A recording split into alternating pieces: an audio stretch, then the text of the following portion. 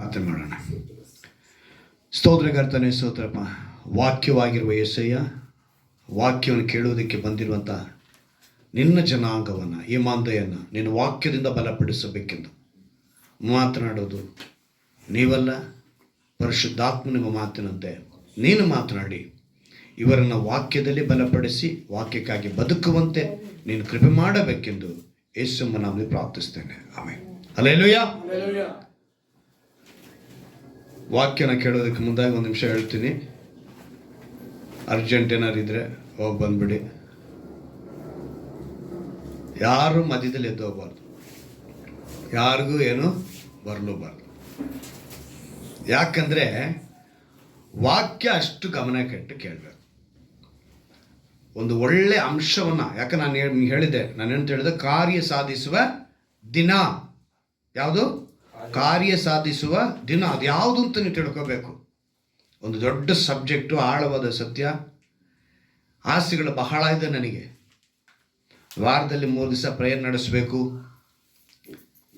ಏನೋ ದಿನ ಬೆಳಿಗ್ಗೆ ವಾಕ್ಯನ ಹಂಚಬೇಕು.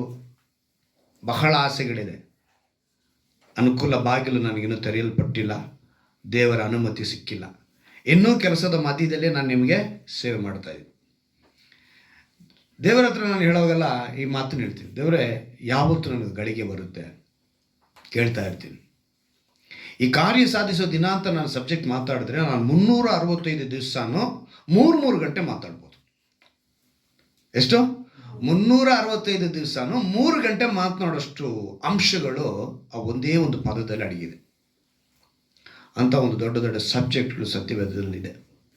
ಆದರೆ ನಾನು ಬೈಬಲ್ ಓದ್ತಾ ಇದ್ದರೆ ಒಂದು ಪಾಯಿಂಟ್ ಮೇಲೆ ಒಂದು ಪಾಯಿಂಟ್ ಮೇಲೆ ನನಗೆ ಬರ್ತಾನೆ ಇರ್ತದೆ. ನನಗೆ ನೆಕ್ಸ್ಟ್ ಅದನ್ನು ಮುಗಿಸೋದಕ್ಕೆ ನನಗೆ ಆಗೋದಿಲ್ಲ, ಮನಸ್ಸೇ ಬರೋಲ್ಲ. ಆದರೆ ಶರೀರ ಒಪ್ಕೊಳ್ಳಲ್ಲ. ನಿದ್ದೆ ಮಾಡಿಲ್ಲ ಅಂದರೆ ಬೆಳಿಗ್ಗೆ ಗಾಡಿ ಓಡ್ಸೋಕ್ಕಾಗಲ್ಲ. ಜ್ಞಾನ ಇದೆ, ಒಂದು ಕ್ಷಣ ಏನು ಮಾಡಿದ್ರು ಆಕ್ಸಿಡೆಂಟ್ ಆಗೋಗುತ್ತೆ. ಸೊ ಹಾಗಾಗಿ ದೇವರಿವತ್ತು ನಿಮ್ಮ ಮೊದಲು ವಾಕ್ಯನ ಹಂಚೋದಕ್ಕೆ ಕೃಪೆ ಮಾಡಿದ್ದಾರೆ.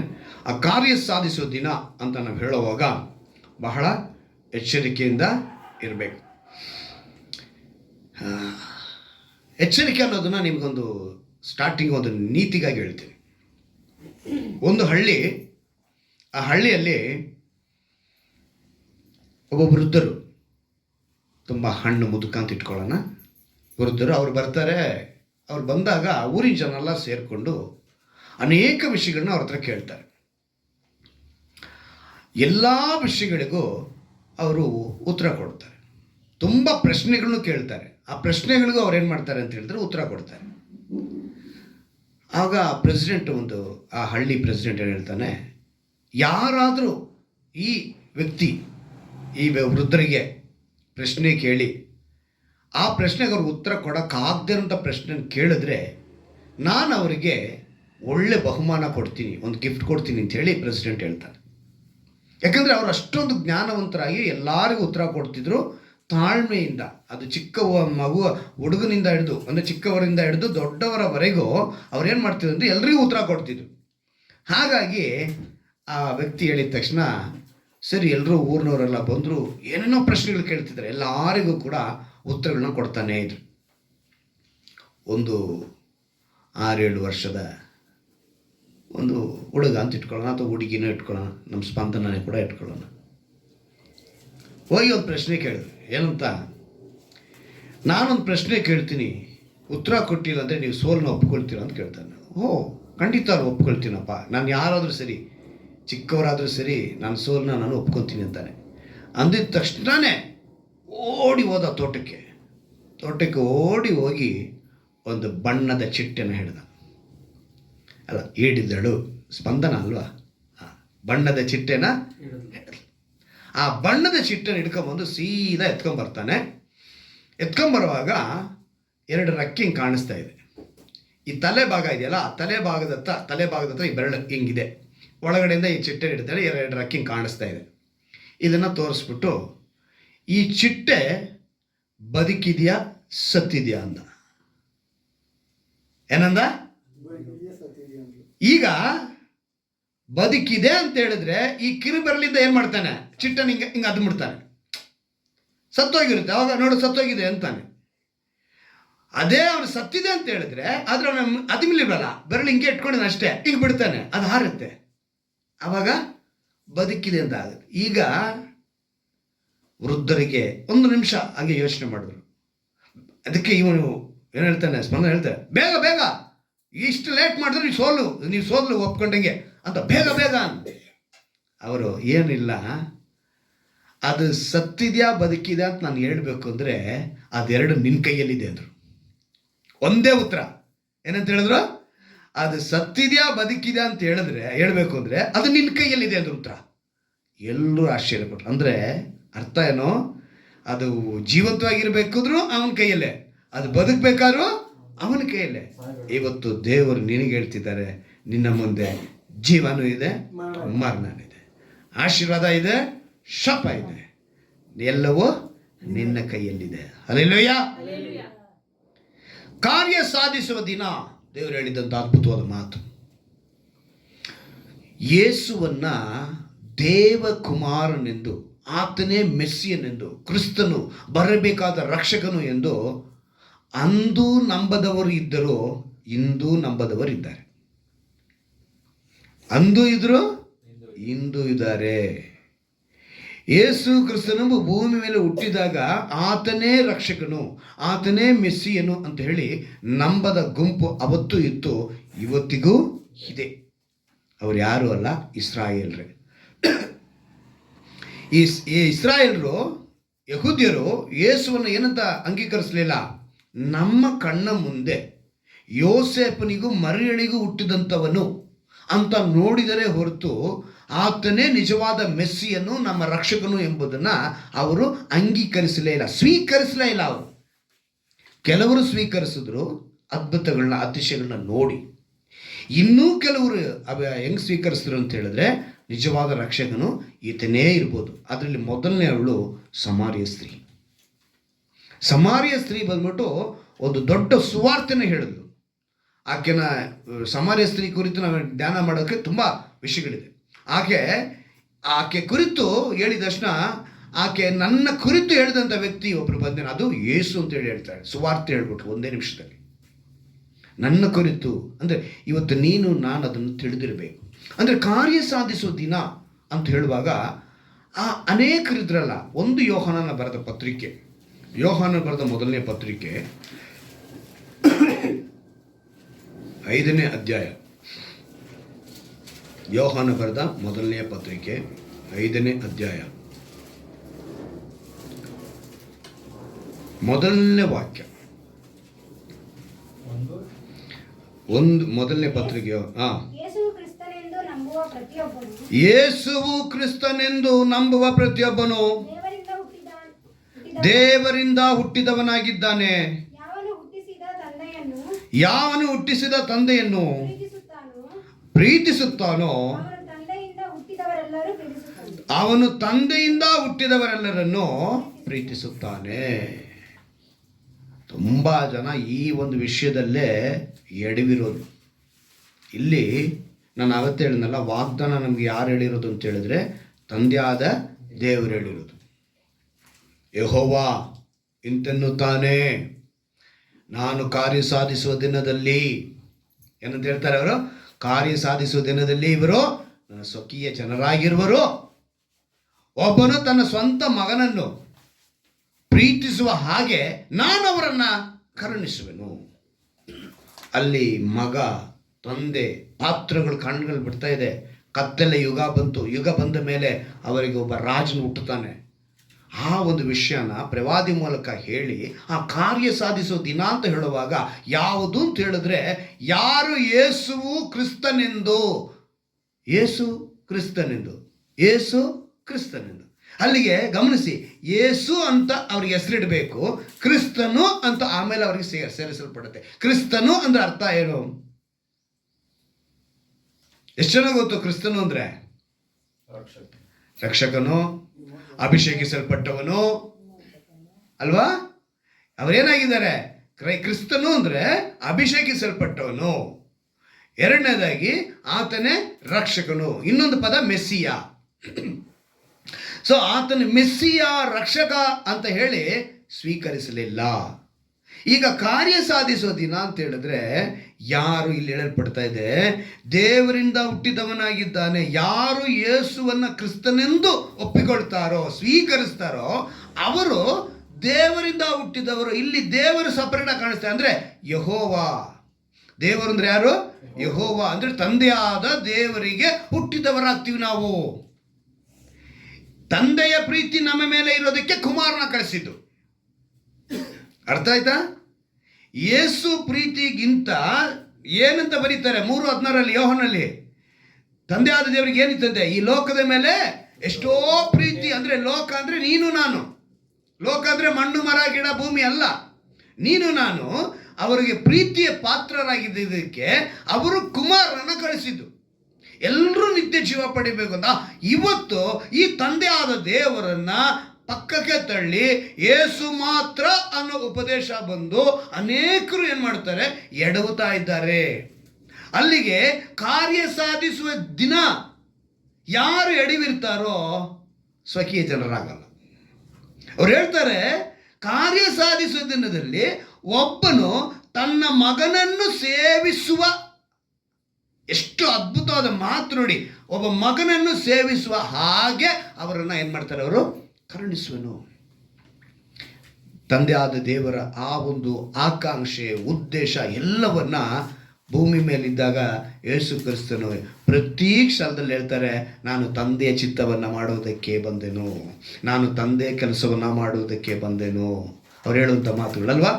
ಮುಖ್ಯ ವಿಷಯ ಗಮನಿಸಿ, ತಂದೆ ಮಗ ಒಬ್ಬರಾಗಿದ್ದಾರೆ. ಯೋಹನ ಬರೆದ ಸುವಾರ್ತೆ 10ನೇ ಅಧ್ಯಾಯ 30ನೇ ವಾಕ್ಯ. ಅಪೊಸ್ತಲರು ಎಲ್ಲ ವಿಷಯಗಳನ್ನು ಸ್ಪಷ್ಟವಾಗಿ ಹೇಳಿದರೆ, ನಮ್ಮವರು ಇಲ್ಲಿ ಬಿಡಿಸಿ ಬಿಡಿಸಿ ಹೇಳಿ ಎಲ್ಲ ನಾಮಗಳಿಗಿಂತ ಮೇಲಾದ ನಾಮ ಅಂತ ನಾವು ಹೇಳೋದಕ್ಕೆ ಮುಂಚೆ ಅದನ್ನು ಕೊಟ್ಟವರು ಯಾರು? ತಂದೆಯಾದ ದೇವರು. ಹೇಳಿ ಓದಿ. ನಾನು ತಂದೆಯು ಒಂದೇ ಆಗಿದ್ದೇವೆ. ಏನಂತ ಹೇಳ್ತಿದ್ದಾರೆ? ನಾನು ತಂದೆಯು ಒಂದೇ ಆಗಿದ್ದೇವೆ ಅಂದನು. ನಾನು ತಂದೆ ಒಂದೇ ಆಗಿದ್ದೀವಿ ಅಂತ ಹೇಳ್ತಾ ಇದ್ದಾರೆ. ಅಲ್ಲಿಗೆ ತಂದೆಯಾದ ದೇವರು ಎಷ್ಟು ಸ್ಪಷ್ಟವಾಗಿ ನಾನು ಕುಮಾರನಾದ ಯೇಸು ಕ್ರಿಸ್ತನು ಒಂದೇ ಅಂತ ಹೇಳಿ, ಅದೇ ಯೋಹನ ಬರೆದ ಸುವಾರ್ತೆ 14ನೇ ಅಧ್ಯಾಯದಲ್ಲಿ 28ನೇ ವಾಕ್ಯವನ್ನು ಗಮನಿಸುವಾಗ ಯೇಸು ಒಂದು ಮಾತನ್ನ ಹೇಳ್ತಾರೆ. ಅಲ್ಲಿ ಎಂತ ಮಾತನ್ನ ಹೇಳ್ತಾರೆ ನೋಡಿ, 14ನೇ ಅಧ್ಯಾಯದ 28ನೇ ವಾಕ್ಯ. ನಾನು ಹೋಗಿ ತಿರುಗಿ ನಿಮ್ಮ ಬಳಿಗೆ ಬರುತ್ತೇನೆ ಎಂದು ನಿಮಗೆ ಹೇಳಿದ್ದನ್ನು ಕೇಳಿದಿರಿ. ನೀವು ನನ್ನನ್ನು ಪ್ರೀತಿಸುವವರಾಗಿದ್ದರೆ ನಾನು ತಂದೆಯ ಬಳಿಗೆ ಹೋಗುವ ವಿಷಯದಲ್ಲಿ ಸಂತೋಷ ಪಡುತ್ತಿದ್ದೀರಿ. ಯಾಕೆಂದರೆ ತಂದೆಯು ನನಗಿಂತ ದೊಡ್ಡವನು. ಗಮನಿಸಿ, ತಂದೆ ಏನಾಗಿದ್ದಾರೆ ಅಂದ್ರೆ ಯೇಸುವಿಗಿಂತ ದೊಡ್ಡವರು ಅಂತೇಳಿ ಯೇಸು ಹೇಳ್ತಿದ್ದಾರೆ. ನನಗಿಂತ ದೊಡ್ಡವನು ಏನಂತ ಹೇಳ್ತಾರೆ? ತಂದೆಯಾದ ದೇವರು ಅಂತ ಹೇಳ್ತಾರೆ. ಆದ್ರೆ ತಂದೆಯಾದ ದೇವರ ಕುರಿತು ಸರಿಯಾದ ಬೋಧನೆಗಳೇ ಇಲ್ಲ ಇವತ್ತು. ಆತನು ನಮ್ಮ ಮೇಲೆ ಇಟ್ಟಿರುವಂತಹ ಪ್ರೀತಿಯ ಅಪಾರವಾದ ಪ್ರೀತಿ. ಇವತ್ತು ಟ್ರಿನಿಟಿ ಅನ್ನೋ ಪದನ ಇಟ್ಕೊಂಡು ತುಂಬಾ ಜನ ಇವರು ಸತ್ಯದಲ್ಲಿಲ್ಲ ಅಂತೇಳಿ ಟ್ರಿನಿಟಿಯನ್ನು ಹೇಳ್ತಾರೆ. ಆದರೆ ಟ್ರಿನಿಟಿನೇ ಸತ್ಯ. ಹಲ್ಲೆಲೂಯಾ. ಅಪೊಸ್ತಲರ ಉಪದೇಶನೇ ಟ್ರಿನಿಟಿ, ತ್ರಾಯೇಕ. ಇದೇನಿದು? ಎಲ್ರೂ ಇದೆ ಬೈಬಲ್ನಲ್ಲಿ ಟ್ರಿನಿಟಿ ಅಂತ, ಎಲ್ರೂ ಇದೆ ತ್ರಾಯೇಕ ಅಂತ ನಮ್ಮನ್ನು ಪ್ರಶ್ನೆ ಮಾಡ್ತಾರೆ. ಎಲ್ಲ ಪದನೂ ಬೈಬಲಲ್ಲಿ ಬರೆಸಿಲ್ಲ. ಟ್ರಿನಿಟಿ ಅನ್ನೋದು ನಮ್ಮ ಗ್ರಾಮರ್ ಪ್ರಕಾರ, ವ್ಯಾಕರಣದ ಪ್ರಕಾರ ನಾವು ಕಲಿತುಕೊಂಡು ಲಿಪಿನಲ್ಲಿ ಬರೆದಿರುವಂಥ ಒಂದು ಪದ. 3 ವ್ಯಕ್ತಿ ಒಂದೇ ಆಗಿರೋದಕ್ಕೆ ಏನಾಗಿರೋದು ಹೇಳ್ತೀವಿ? ಟ್ರಿನಿಟಿ ಅಂತ ಹೇಳ್ತೀವಿ ಅಷ್ಟೇ.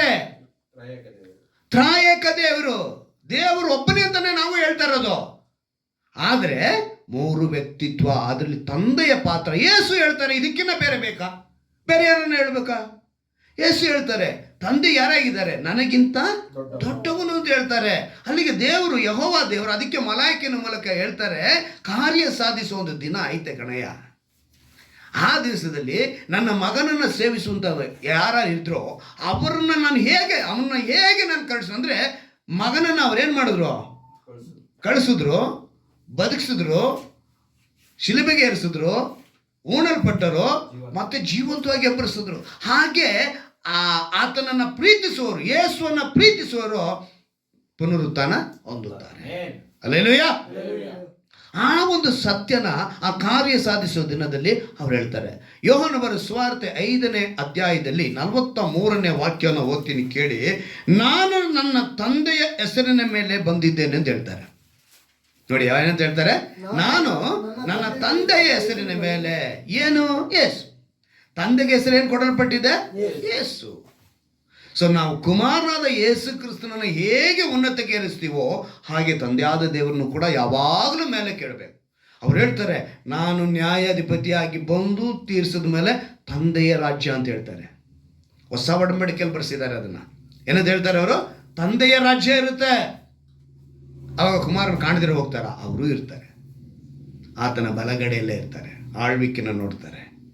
ಶತ್ರುವನ್ನ 1000 ವರ್ಷ ಮತ್ತೆ ಬಂಧಿಸ್ತಾರೆ, ಸೈತಾನನ ಮತ್ತೆ ಬಂಧಿಸ್ತಾರೆ, ಮತ್ತೆ ಅವನು ಮತ್ತೆ ಬರ್ತಾನೆ 1000 ವರ್ಷ ಆದಮೇಲೆ.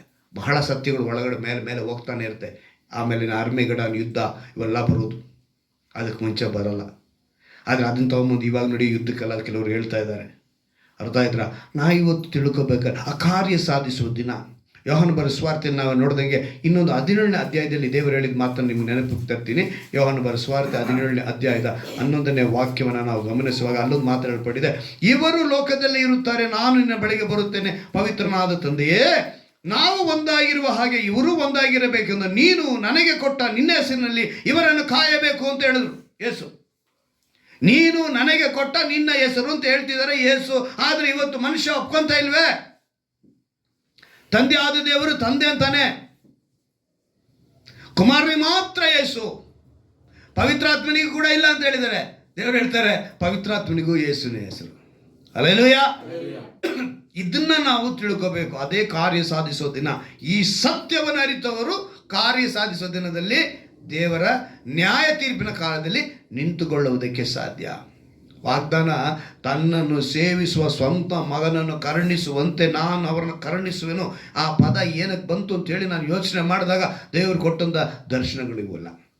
ಅವ್ರು ಹೇಳ್ತಾರೆ, ಇದು ವಿಷಯ ತಂದೆಯಾದ ದೇವರು ಕುಮಾರನಾದ ಯೇಸು ಕ್ರಿಸ್ತನ ಮಲಾಕಿ ಪ್ರವಾದಿ ಗ್ರಂಥದಲ್ಲಿ ಹೇಳಿ 400 ವರ್ಷ 4 ಶತಮಾನ ಕತ್ತಲ ಯುಗ ಇದ್ದಾಗ ನಂತರ ರಾಜನಾಗಿ ಹುಟ್ಟಿಸಿ ಒಂದು ದೊಡ್ಡ ಸಾಮ್ರಾಜ್ಯವನ್ನೇ ಕಟ್ಟಬೇಕು ಅಂತೇಳಿ ದೇವರ ತೀರ್ಮಾನ ಆಯಿತು. ರೋಮಾಪುರದ ಪತ್ರಿಕೆ 10ನೇ ಅಧ್ಯಾಯ ಅದರಲ್ಲಿ ಒಂದು ಮಾತು ಬರೆದಿದ್ದಾರೆ, ಜ್ಞಾಪಕ ನಾನು ನಿಮಗೆ ತರ್ತೀನಿ. 10ನೇ ಅಧ್ಯಾಯದಲ್ಲಿ 11ನೇ ವಾಕ್ಯವನ್ನು ಗಮನಿಸುವಾಗ, ಆತನ ಮೇಲೆ ನಂಬಿಕೆ ಇಡುವ ಯಾವನಾದರೂ ಆಶಾಭಂಗ ಪಡುವುದಿಲ್ಲ.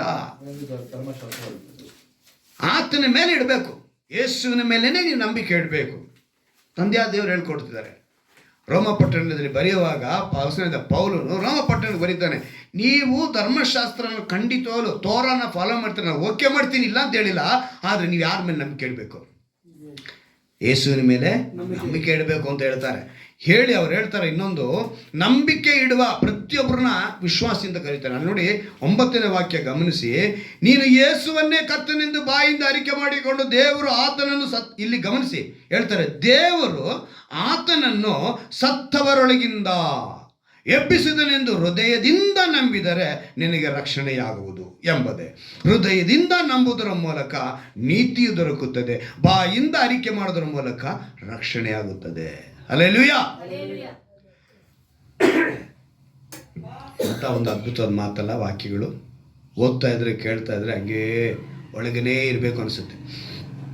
ನನಗೆ ಅನಿಸ್ತೈತೆ, ನಿಮ್ಗೆ ಅನಿಸ್ತೈತೆ ಎಲ್ಲ ಗೊತ್ತಿಲ್ಲ. ನಾನು ನಿಂತರೆ ಗಂಟೆಗಟ್ಟಲೆ ಬೇಕಾದ್ರೆ ನಿಂತ್ಕೊಬಿಡ್ತೀನಿ, ಅಷ್ಟು ನನಗೆ ವಾಕ್ಯದೊಳಗೆ ಹೋಗೋಕ್ಕೆ ಆಸೆ.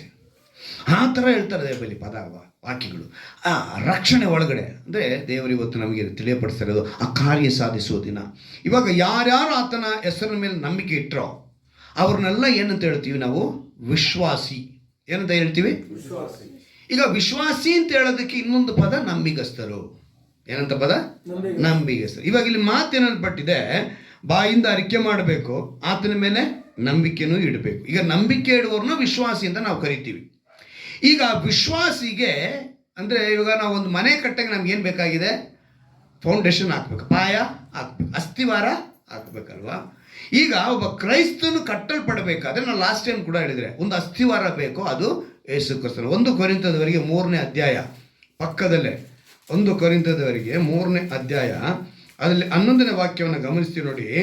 ಹಾಕಿರುವ ಅಸ್ಥಿವಾರವು ಯೇಸು ಕ್ರಿಸ್ತನೇ. ಈಗ ಯಾರ್ಯಾರು ಕ್ರೈಸ್ತರು ಅಂತ ಕಟ್ಟಲ್ಪಡ್ತಾರೋ, ಕ್ರೈಸ್ತರು ಅಂತ ಕರೆಯಲ್ಪಡ್ತಾರೋ ಅವರಿಗಿರುವಂಥ ಅಸ್ಥಿವಾರ ಯಾವುದು ಅಂತ ಹೇಳಿದ್ರೆ ನಂಬಿಗಸ್ತರಿಗೆ ಅಂದರೆ ವಿಶ್ವಾಸಿಗಳಿಂದ ಕರೆಯಲ್ಪಡೋರಿಗೆ ನೀವು ಹಾಕಿರುವಂಥ ಒಂದು ಅಸ್ಥಿವಾರ ಯಾವುದು ಅಂತ ಹೇಳಿದ್ರೆ ಯೇಸು ಕ್ರಿಸ್ತ. ಅಂದರೆ ಈಗ ಅಸ್ಥಿವಾರ, ಈಗ ಒಂದು ಮನೆ ಕಟ್ಟೋಬೇಕು ಅಂತ ಇಟ್ಕೊಳ್ಳಿ. ಅಸ್ಥಿವಾರ ಹಾಕಿದ ಮೇಲೆ ಈಗ ಮನೆ ಕಟ್ಟಿ, ಈಗ ಅಸ್ಥಿವಾರ ಹಾಕಿದ್ದಾಯಿತು, ಫೌಂಡೇಶನ್ ಹಾಕಿದ್ದಾಯಿತು. ಫೌಂಡೇಶನ್ ಹಾಕಿದ ಮೇಲೆ ನಮ್ಗೆ ನೆಕ್ಸ್ಟ್ ನಾವೇನು ಮಾಡ್ತೀವಿ? ಮನೆ ಕಟ್ಟಬೇಕು. ಏನು ಕಟ್ಟಬೇಕು? ಮನೆ ಕಟ್ಟಬೇಕು. ಅಸ್ಥಿವಾರನ ಈ ಫೌಂಡೇಶನ್ ಹಾಕಬೇಕಿರೋ ಕೂಡ ಒಂದಷ್ಟು ಕಷ್ಟಪಟ್ಟು ಪಟ್ ಅಂತ ಹಾಕ್ಬಿಡ್ತೀವಿ. ಆದರೆ ಈ ಮನೆ ಕಟ್ಟೋವಾಗ ಬಾಗಿಲಿಲ್ಲಿ, ಕಿಟಕಿ ಅಲ್ಲಿ, ಅಡುಗೆ ಮನೆ ಇಲ್ಲೇ, ನಮ್ಮದೊಂದು ಈ ಬೆಡ್ರೂಮ್ ಈ ಕಡೆಗೆ, ಈ ವೆಂಟಿಲೇಷನ್ ಆ ಕಡೆಗೆ, ಅದು ಇಲ್ಲಿ, ಇದು ಇಲ್ಲಿ, ಈ ಪ್ಲ್ಯಾನ್ ಮಾಡ್ತೀವಿ ನೋಡಿ. ಇದು ಸರಿಯಾಗಿ ಪ್ಲ್ಯಾನ್ ಮಾಡಿಲ್ಲ ಅಂದರೆ ಮನೆ ಥರ ಇರಲ್ಲ. ಅದು ಇಷ್ಟ ಬಂದು ಕಟ್ಟೋಕ್ಕಾಗುತ್ತಾ? ಈಗ ಕ್ರೈಸ್ತರಾಗಿ ನೀನು ಯೇಸು ಎಂಬ ಅಸ್ಥಿವಾರ ಹಾಕಿದ ಮೇಲೆ ಈ ಶರೀರ ನಮ್ಮ ಮನೆ ಕಟ್ಟಲ್ಪಡಬೇಕು. ಹಲ್ಲೆಲೂಯಾ. ಈ ಶರೀರ ನಮ್ಮ ಮನೆ, ನಿನ್ನ ಸರ್ವೇಂದ್ರಿಯಗಳು, ರೋಮಪುರ 12ನೇ ಅಧ್ಯಾಯ ನಾವು ಓದ್ತೀವಲ್ಲ, ಅದು ಸಜೀವ ಯಜ್ಞವಾಗಿ ಸಮರ್ಪಿಸ್ಬೇಕು ನೀನು. ಈಗ ಇದು ಸಜೀವ ಯಜ್ಞವಾಗಿ ನೀನು ಸಮರ್ಪಿಸೋದಕ್ಕೆ ಈ ಅಸ್ಥಿವಾರ ನೀನು ಹಾಕ್ಬಿಟ್ಟಿದ್ಯಾ. ಅಸ್ಥಿವಾರ ಎಲ್ಲರೂ ಹಾಕ್ತಾರೆ, ಇವತ್ತು ಫೌಂಡೇಶನ್ ಎಲ್ಲರೂ ಹಾಕ್ತಾರೆ. ಮನೆ ಕಟ್ಟೋದೇ ಕಷ್ಟ. ತುಂಬ ಕಡೆ ಏನಾಗಿದೆ ಇವತ್ತು, ಅಸ್ಥಿವಾರ ಹಾಕ್ಬಿಟ್ಟು ಫೌಂಡೇಶನ್ ಮಾಡಿ ನಿಂತೋಗೈತೆ. ಕಾರಣ ಏನು? ಮನೆ ಕಟ್ಟೋದು ಕಷ್ಟ ಇದೆ, ಗಾದೆನೇ ಇದೆ. ಮದುವೆ ಮಾಡಿ ನೋಡು ಅಲ್ವಾ? ಮದುವೆ ಮಾಡೋದು ಕಷ್ಟ, ಮನೆ ಕಟ್ಟೋದು ಕಷ್ಟ, ಗಾದೆ ಅದು ಅಲ್ವಾ? ಇವತ್ತು ನಾವು ತಿಳ್ಕೋಬೇಕಾಗಿರೋದು, ಈ ಅಸ್ಥಿವಾರದ ಮೇಲೆ ಈಗ ಮನೆ ಕಟ್ಟಬೇಕು ನಾವು. ಯೇಸು ಎಂಬ ಅಸ್ಥಿವಾರದ ಮೇಲೆ ನಾವು ಮನೆ ಕಟ್ಟಬೇಕು. ನಾನು ಕಳೆದ ದಿವಸದಲ್ಲಿ ಕೂಡ ಒಂದು ನಿಮಗೆ ಚಿತ್ರ ತೋರಿಸಿದ್ದೆ. ಆ ಚಿತ್ರನ ಮತ್ತೆ ನಿಮಗೆ ನೆನಪಿಗೆ ತರ್ತೀನಿ. ಈ ಚಿತ್ರ ಉಲ್ಟಾ ಇದೆಯಾ? ಇಲ್ಲ, ಸರಿಗಿದೆ. ನೋಡ್ಕೊಂಡ್ರ? ಇಲ್ಲಿ ವಿಶ್ವಾಸಿಗಳು ದೊಡ್ಡ ಗುಂಪಿದೆ. ಏನಾಗಿದೆ ಅದು? ವಿಶ್ವಾಸಿಗಳು ದೊಡ್ಡ ಗುಂಪಿದೆ, ನಡೀತಾ ಇದೆ. ಈ ದೊಡ್ಡ ಗುಂಪು ಅಂದರೆ ಇವತ್ತು ಸಭೆಗಳಲ್ಲಿ ತುಂಬ ಜನ ಹೀಗೆ ತುಂಬಿಕೊಂಡಿದ್ದಾರೆ. ಆದರೆ ಇನ್ನೊಂದು ದಾರಿ ಇದೆ. ಅದೇನು ಗೊತ್ತಾ? ದೇವರಿಗೆ ವಿಧೇಯರಾಗಿರುವವರು. ಅಂದರೆ ದೇವರ ಆಜ್ಞೆಗಳನ್ನು ಕೈಕೊಂಡು ನಡಿಬೇಕು. ಈ ಜನ ಕಡಿಮೆ ಇವತ್ತು. ಈ ಥರನೇ ವಿಶ್ವಾಸಿಗಳು ಕರೆಯಲ್ಪಡ್ತಾರೆ. ಸಭೆ ತುಂಬಿ ತುಳುಕ್ತಾ ಇರುತ್ತೆ, ಅದರ ಆಜ್ಞೆಗಳನ್ನು ಕೈಕೊಂಡು ನಡೆಯಲ್ಲ. 1 ಅವರ್ ಆರಾಧನೆ, 1 ಕಾಲ ಆರಾಧನೆ, 1.5 ಅವರ್ ಆರಾಧನೆ ಅಂತ ಹೇಳ್ಕೊತಾರೆ. ಕೆಲವರು 3 ಅವರ್ ಆರಾಧನೆ ಮಾಡ್ತಾರೆ, ಅಲ್ಲಿ ಸತ್ಯನೇ ಇರಲ್ಲ. 3 ಅವರ್ ಆರಾಧನೆ ನಡೆಯುತ್ತೆ, ಸತ್ಯ ಇರಲ್ಲ. ನಿಜವಾದ ಅಪೊಸ್ತಲರ ಉಪದೇಶನೇ ಇರಲ್ಲ, ಆದರೆ ಅಪೊಸ್ತಲರು ಅಂತ ಕರೆಯಲ್ಪಡ್ತಾರೆ. ಅಪೊಸ್ತಲರು ಹೇಳುವಂಥ ಕಾರ್ಯಗಳೆಲ್ಲ ಬಿಟ್ಟು ಬಿಡ್ತಾರೆ. ಇವರೇ ದೊಡ್ಡ ಅಪೊಸ್ತಲರಾಗ್ತಾರೆ. ಅವರು ಕೊಟ್ಟಂಥ ಸೇವೆಗಳು, 5 ವಿಧವಾದ ಸೇವೆ ಇದೆ, ಅದನ್ನು ಹೇಳ್ತಾರೆ. ಆದರೆ 5 ವಿಧ ಸೇವೆ ಮಾಡುವಂಥ ನಾವುಗಳು ಅಪೊಸ್ತಲರು ಅಂತ ಹೇಳ್ತಾರೆ, ಆದರೆ ವಾಕ್ಯಕ್ಕೆ ವಿರೋಧವಾಗಿ ನಡೀತಾ ಇರ್ತಾರೆ. ಇವತ್ತು ದೇವರು ನಿಮಗೆ ಒಂದು ಒಳ್ಳೆಯ ಅಂಶವನ್ನು ತಿಳಿಸ್ಕೊಡ್ತಿದ್ದಾರೆ. ಅಂದರೆ ಆಜ್ಞೆಗಳನ್ನು ಕೈಕೊಂಡು ನಡೆದರೆ ತಂದೆಯಾದ ದೇವರು ಕಾರ್ಯ ಸಾಧಿಸುವ ದಿನ. ಆ ದಿನದಲ್ಲಿ ನಾವು ದೇವರಿಗೆ ಹತ್ತಿರವಾಗಿರ್ತೀವಿ. ಅಂದರೆ ದೃಢವಾಗಿ ನಿಲ್ಲಬೇಕು, ನಂಬಿಕೆಯಲ್ಲಿರಬೇಕು, ಆಜ್ಞೆಗಳನ್ನು ಕೈಕೊಂಡು ನಡಿಬೇಕು. ಇಲ್ಲಿ ವಿಶ್ವಾಸಿ ಇಲ್ಲೇ ಇಡೋದು, ಆಜ್ಞೆಗಳನ್ನು ಕೈಕೊಳ್ಳೋದು ಬಿಡಲ್ಲ. ಯುದ್ಧ. ಯಾಕಂದರೆ ಮನೆ ಕಟ್ಟೋದು ಕಷ್ಟ ಅಂತ ಹೇಳಿದ್ನಲ್ಲ, ಅಸ್ಥಿವಾರ ಏನೋ ಹಾಕ್ಬಿಟ್ಟ. ಅಂದರೆ ಇವಾಗ ಹೆಂಗೆ ನಿಮಗೆ ತಿಳಿಸ್ಬೇಕು ಅಂದರೆ, ಈಗ ಏನೋ ಒಂದು ಬಲಹೀನತೆ ಇತ್ತು, ಏನೋ ಒಂದು ಸಮಸ್ಯೆ ಇತ್ತು, ಏನೋ ಒಂದು ಇಕ್ಕಟ್ಟಿತ್ತು. ಇವತ್ತು ಇಂಥವರೇ ದೇವರನ್ನ ಹುಡುಕಿ ಬರೋದು ಫಸ್ಟು. ಅರ್ಥ ಆಯ್ತಾ? ಇವರು ಬಂದಿದ್ದ ತಕ್ಷಣ ನಮ್ಮ ಸೇವಕರುಗಳು ಏನು ಮಾಡ್ತಾರೆ? ನೀವು ಯೇಸುನ ನಂಬ್ರಿ, ಅವ್ರು ನಿಮಗೆ ಅದ್ಭುತ ಮಾಡ್ತಾರೆ. ಇದು ಸಹಜವಾದ ಮಾತು, ಒಳ್ಳೆಯ ಮಾತು. ಅವ್ರು ಹೇಳ್ಕೊಡ್ತೀವಿ. ಅವ್ರು ಹೇಳಿದ ತಕ್ಷಣ ಅವ್ರು ಏನು ಮಾಡ್ತಾರೆ? ಆ ಒಂದು ನಂಬಿಕೆಯಲ್ಲಿ ದೇವರ ಬಳಿ ಬಂದಾಯಿತು, ದೇವರನ್ನ ಸ್ವೀಕರಿಸಿದಾಯಿತು. ಈಗ ಇಲ್ಲಿ ಅಸ್ಥಿವಾರ ಹಾಕಿದ್ದಾಯಿತು. ಅಸ್ಥಿವಾರ ಹೇಗೆ ಅಸ್ಥಿವಾರ ಹಾಕ್ತೀರಿ? ದೀಕ್ಷಾಸ್ನಾನ ತೆಗೆದುಕೊಳ್ತೀವಿ. ಏನು ಮಾಡ್ತೀವಿ ನಾವು? ದೀಕ್ಷಾಸ್ನಾನ ತೆಗೆದುಕೊಳ್ಳದೆ ಅಸ್ಥಿವಾರ ಹಾಕ್ದಂಗೆ ಆಗೋಯ್ತು. ಆದರೆ ದೀಕ್ಷಾಸ್ನಾನ ತೆಗೆದುಕೊಂಡ ಮೇಲೆ ಯಾವಾಗ ನೀನು ನೀರಿನನ್ನು ಮುಳುಗಿದಾಗ, ನಾನು ಈ ಪಾಪವನ್ನು ಮಾಡಲ್ಲ ಅಂತ ಅರಿಕೆ ಮಾಡಿ ಹೊಸದಾಗಿ ಹುಟ್ಟಿರ್ತೀನಿ, ಹೊಸದಾಗಿ ಬಂದಿದ್ದೀನಿ ಅಂತ ಹೇಳ್ತೀಯಲ್ಲೋ, ನೀನು ಇವಾಗ ಮನೆ ಕಟ್ಟೋನು. ನಿನ್ನ ಶರೀರವನ್ನು ಕಟ್ಟಬೇಕು, ದೇವರಿಗಾಗಿ ನೀನು ಕಟ್ಟಬೇಕು. ಅಂದರೆ ಅಸ್ಥಿವಾರ ಏನು ಹಾಕಿದ್ಯಾ, ಆದರೆ ಕಟ್ಟೋದ್ರಲ್ಲಿ ಎಡುತ್ತಾ ಇದೆಯಾ. ಯುದ್ಧಗಳು ಪ್ರಾರಂಭ. ನಿನ್ನ ಶರೀರನ ನಿನ್ನ ಹದ್ದು ಬಸ್ತಿಲಿ ಇಡೋದಕ್ಕೆ ಅವ್ನು ಬಿಡಲ್ಲ. ಅವನು ಹೋರಾಡ್ತಾನೆ ಇರ್ತಾನೆ. ನಿನಗೆ ವಿರೋಧವಾಗಿ ಏನಾದ್ರು ಮಾಡಬೇಕು ಅಂತ ಪ್ಲ್ಯಾನ್ ಮಾಡ್ತಾನೆ ಇರ್ತಾನೆ. ಯುದ್ಧಗಳನ್ನು ಆರಂಭ ಆಗೋಗುತ್ತೆ. ಅವನು ಬಾಣಗಳನ್ನ ಎಸಿತಾನೆ ಇರ್ತಾನೆ. ಒಂದು ದಿನ ಒಂದು ರೋಗ ಬಂತು, ಬಾಧೆಗಾಗಿ ಪರಿಹಾರ ಆಯಿತು, ಯೇಸು ನಂಬಿದ್ವಿ, ವಿಶ್ವಾಸ ಆದ್ವಿ. ಆಮೇಲೆ ಮತ್ತೆ ರೋಗ ಬಾಧೆ ಬರಲ್ಲ ಅಂತ ಏನಾದ್ರು ಗ್ಯಾರಂಟಿ ಇದೆಯಾ? ನೀನು ಅಸ್ಥಿವಾರ ಹಾಕೋದಕ್ಕೆ ಕಾರಣ ಇದೆ. ರೋಗ ಸಮಸ್ಯೆ ಇತ್ತು, ಬಂದಿದ ತಕ್ಷಣ ಬಿಡುಗಡೆ ಆಯಿತು, ಈಗ ಅಸ್ಥಿವಾರ ಹಾಕಿದ್ದಾಯಿತು. ಆದರೆ ಮತ್ತೆ ರೋಗ ಬರಲ್ಲ, ಮತ್ತೆ ನಿನಗೆ ಸಮಸ್ಯೆ ಬರಲ್ಲ ಅನ್ನೋ ಗ್ಯಾರಂಟಿ ಇದೆಯಾ? ಆವಾಗ ಒಬ್ಬ ಸೇವಕನಾಗಿರೋನು, ಒಬ್ಬ ಬೋಧಕನಾಗಿರೋನು ಅವರನ್ನ ಆ ಅಸ್ಥಿವಾರ ಹಾಕಿದ ಮೇಲೆ, ಆ ಅಸ್ಥಿವಾರದ ಮೇಲೆ ಅವ್ರ ಮನೆ ಕಟ್ಟೋದಕ್ಕೆ ಸರಿಯಾದ ಉಪದೇಶಗಳನ್ನು ಅವರು ಕೊಡಬೇಕು. ಅಂದರೆ ದೇವರ ಆಜ್ಞೆಗಳನ್ನು ಕೈಕೊಂಡು ನಡೆಯುವಂಥ ಉಪದೇಶಗಳನ್ನ ಅವರು ಕೊಡಬೇಕು. ಆವಾಗ ಅವ್ರೇನು ಮಾಡ್ತಾರೆ, ಆ ಮನೆಯನ್ನು ಸರಿ ಕಟ್ತಾರೆ. ಕಟ್ಟೋದಕ್ಕೆ ಮುಂಚೆನೆ ಪಾಪ ಅವರು ಸೋತು ಹೋಗುವಂತೆ ನಾವೇನು ಮಾಡ್ತಿದ್ದೀವಿ ಇವತ್ತು? ತುಂಬ ಸೇವಕರುಗಳು ಮುಂದಾಗಿದ್ದಾರೆ. ಅಂದರೆ ಅದೇ ರೋಗ ಬರಲ್ಲ ಅಂತೇಳಿ ನಾವು ಗ್ಯಾರಂಟಿ ಇದ್ದರೆ ಹೆಂಗೆ ಬೇಕಾದ್ರೂ ಬದುಕ್ಬೋದು. ಆದರೆ ಖಂಡಿತವಾಗಲೂ ರೋಗ ಇರುತ್ತೆ, ಸಮಸ್ಯೆ. ನಿತ್ಯ ಜೀವಕ್ಕಾಗಿ ನಿಲ್ಲುವೆ ಅಂತ ಹೇಳಿ ಯಾರು ಯೇಸು ನಂಬ್ತಾರೋ, ರೋಗ ಬಂದಾಗ, ಸಮಸ್ಯೆ ಬಂದಾಗ, ಯಾವುದಿದು ಅಸ್ಥಿವಾರ ಹಾಕಿದ ಮೇಲೆ ರೋಗ ಬರುತ್ತೆ, ಸಮಸ್ಯೆ ಬರುತ್ತೆ. ಇಲ್ಲಿರೋ ನಿಮ್ಮನ್ನೆಲ್ಲನೂ ಅದೇ ನಾನು ಪ್ರಶ್ನೆ ಕೇಳಿದ್ರೆ, ಇವತ್ತು ನೀವು ಇಂಥ ಒಂದು ಅಂಶದ ಮೇಲೆ ನಿಲ್ಲಬೇಕು. ರೋಗ ಬರಲಿ, ಸಮಸ್ಯೆ ಬರಲಿ, ಇಕ್ಕಟ್ಟು ಬರಲಿ, ನಾನು ದೇವ್ರನ್ನ ಬಿಟ್ಟು ಹೋಗಲ್ಲ ಅನ್ನೋ ವ್ಯಕ್ತಿಗಳಾಗಿದ್ದರೆ, ವಿಶ್ವಾಸಿಗಳಾಗಿದ್ದರೆ ಈ ಸಭೆಯಲ್ಲಿ ಕುಳಿತುಕೋಬೋದು. ಇಲ್ಲ, ನೀವು ಬರೀ ನಾವು ರೋಗಕ್ಕಾಗಿಯೇ, ನಾವು ಸಮಸ್ಯೆಗಾಗಿಯೇ ಬಂದ್ವಿ, ನಾವು ಇದಕ್ಕೆ ಮಾತ್ರನೇ ಯೇಸು ನಮಗೆ ಬೇಕು ಅನ್ನೋರು ಇದ್ರೆ ಸಭೆ ಬಿಟ್ಟು ಹೋಗ್ಬಿಡ್ಬೇಕು. ಅಂಥವ್ರು ಸಭೆಯಲ್ಲಿ ಇರಬಾರ್ದು. ಕರೆಕ್ಟಾ? ದೇವರ ರಾಜ್ಯವನ್ನ, ಅವರ ನೀತಿಯನ್ನು ಹುಡುಕಿರಿ, ಆಗ ಇವೆಲ್ಲವುಗಳು ಸೇರಿಸಿಕೊಡುತ್ತೆ. ನಾವು ಉಪದೇಶದೊಳಗೆ ನಿಮ್ಮನ್ನು ನಡೆಸಬೇಕು. ಮೊದಲನೇದಾಗಿ ಅದನ್ನು ಹೇಳಬೇಕು. ಮೊದಲನೇದಾಗಿ ಅದನ್ನು ಹೇಳಿದ್ರೆ ಯಾರು ಹತ್ರಕ್ಕೆ ಬರಲ್ಲ ಅಂತಾನೆ ಇವಾಗ ಏನೇನು ಮಾಡ್ತಾರೆ, ಸ್ವಸ್ಥತಾ ಕೂಟಗಳು, ಅಭಿಷೇಕ ಕೂಟಗಳು ನಡೀಲಿ, ಸಂತೋಷ. ಆದರೆ ಅವರು ಅಸ್ಥಿವಾರ ಹಾಕಿದ ಮೇಲೆ, ಆ ಅಸ್ಥಿವಾರದ ಮೇಲೆ ಮನೆ ಕಟ್ಟೋದಕ್ಕೆ 1 ಕೊರಿಂಥದನ್ನ ತೆಗೆದುಕೊಳ್ಳಿ, 3ನೇ ಅಧ್ಯಾಯ. ಅದರಲ್ಲಿ ಏನಂತ ಹೇಳ್ತಾರೆ ನೋಡಿ, 12ನೇ ವಾಕ್ಯ. ಅಸ್ಥಿವಾರದ ಮೇಲೆ ಚಿನ್ನ, ಬೆಳ್ಳಿ, ರತ್ನ, ಕಟ್ಟಿಗೆ, ಹುಲ್ಲು, ಆಪು ಮುಂತಾದವುಗಳೆಲ್ಲ ಯಾವುದರಿಂದ ಕಟ್ಟಿದರೂ ಅವನವನ ಕೆಲಸವು ವ್ಯಕ್ತವಾಗುವುದು. ಇವಾಗ ನೀನು ಯಾವುದರಲ್ಲಿ ಮನೆ ಕಟ್ಕೊತಾ ಇದೆಯಾ? ನೀನು ನಂಬಿಗಸ್ತನಾದ ಮೇಲೆ, ವಿಶ್ವಾಸಿ ಆದ ಮೇಲೆ ನಿನ್ನ ಮನೆನ ಯಾವ ರೀತಿ ಕಟ್ಟಿ ಅಂದರೆ, ಈ 4 ಗೋಡೆಯ ಮನೆಯ ಕುರಿತು ಹೇಳ್ತಾ ಇಲ್ಲ ದೇವರು. ಚೆನ್ನಾಗಿ ಗಮನಿಸ್ಕೊಳ್ಳಿ. ನಾವೇ ಆತನ ಮನೆಯಾಗಿದ್ದೀವಿ, ನಾವೇ ಆತನ ಆಲಯವಾಗಿದ್ದೀವಿ, ನಾವು ಆತನಿಗೆ ವಾಸ ಮಾಡುವಂಥ ಮನೆಯಾಗಿರಬೇಕು. ನಾವು ಈ ಅಸ್ಥಿವಾರದ ಮೇಲೆ, ಕ್ರಿಸ್ತನೆಂಬ ಅಸ್ಥಿವಾರದ ಮೇಲೆ, ತಂದೆಯಾದ ದೇವರು ಕೊಟ್ಟಿರುವಂಥ ಅಸ್ಥಿವಾರ, ಆ ಕ್ರಿಸ್ತನೆಂಬ ಅಸ್ಥಿವಾರದ ಮೇಲೆ ನಾವು ಮನೆ ಕಟ್ಟಿದ್ರೆ ಇವೆಲ್ಲ ಪಾರ್ಟ್ಸ್ ಕರೆಕ್ಟಾಗಿ ಇರಬೇಕು. ಇವೆಲ್ಲವೂ ದೇವರಿಗೆ ಮೆಚ್ಚುಗೆ ಆಗಿರಬೇಕು. ಅದನ್ನ ದೇವರು ಇವತ್ತು ನಮಗೆ ತಿಳಿಯಪಡಿಸಿ ನೋಡಿ. ಅವ್ರು ಹೇಳ್ತಾರೆ, ಅವನವನ ಕೆಲಸವು ವ್ಯಕ್ತವಾಗುವುದು, ಕ್ರಿಸ್ತನು ಬರುವ ದಿನವು ಬೆಂಕಿಯೊಡನೆ ಉದಯವಾಗಿ. ಬೆಂಕಿಯಿಂದ ಬರುತ್ತೆ, ಅವರು ಉದಯವಾಗ್ತಾರೆ. ಆವಾಗ ಯಾವುದು ಉಳ್ಕೊಳ್ಳುತ್ತೆ ಅಂತ ನೋಡ್ತಾರೆ. ಆವಾಗ ಉಳ್ಕೊಂಡಿದ್ದು ಆ ದಿನ ಕಾರ್ಯ ಸಾಧಿಸೋ ದಿನ. ಅವರು ನನ್ನ ಸ್ವಕೀಯ ಜನರಾಗುವರು. ಹಲ್ಲೆಲೂಯಾ. ಒಬ್ಬನು ಸ್ವಂತ ಮಾನನ ಸೇವಿಸು ಅಂತ ಹೇಳಿ ಸುಮ್ಮನೆ ಬರೆಸಿಲ್ಲ ದೇವರು. ಅದನ್ನೇ ಅವರು ತಿಳಿಯಪಡಿಸ್ತಿದ್ದಾರೆ. ಇವತ್ತು ನಾವು ನಂಬಿಗಸ್ತರಾಗಿರಬೇಕು, ದೇವರ ರಾಜ್ಯನ ಹುಡುಕಬೇಕು. ಅಗತ್ಯ ತೀರಿಸಿಕೊಳ್ಳುವುದಕ್ಕೆ ಮಾತ್ರ ದೇವರನ್ನ ಹುಡುಕಿ ಬರೋದಲ್ಲ, ದೇವರ ರಾಜ್ಯ ಹುಡುಕುವಂತ ಬೋಧನೆ ಒಳಗೆ ನೀವು ನಿಲ್ಲಬೇಕು. ನಾನು ಮಂಜು ಎಷ್ಟು ಕಡೆ ಹೋಗಿದ್ದೀವಿ ಗೊತ್ತಾ? ಬಚ್ಚಳ್ಳಿ, ತುಮ್ಮನಹಳ್ಳಿ, ಆಮೇಲೆ ದೇವರಾಜ್ ಅವ್ರ ಊರು, ಅವ್ರ ತಾಯಿ ಊರು, ಅಲ್ಲಿ ಕೂಡ ನಾವು ಹೋಗಿದ್ವಿ ಸೇವೆಗೆ. ಆಮೇಲೆ ಇನ್ಯಾವ ಊರು ಮಂಜು?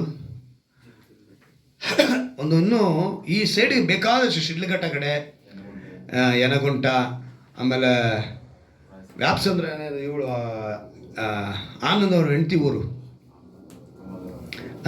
ಅದು ಎಷ್ಟೆಷ್ಟು ಹಳ್ಳಿಗಳೆಲ್ಲ ಹೋಗಿ ನೋಡಿದ್ವಿ. ಅಲ್ಲೆಲ್ಲ ಸೇವೆಗಳು ಬಂದಿದೆ, ಸೇವೆಗಳು ಮಾಡಿದ್ದಾರೆ.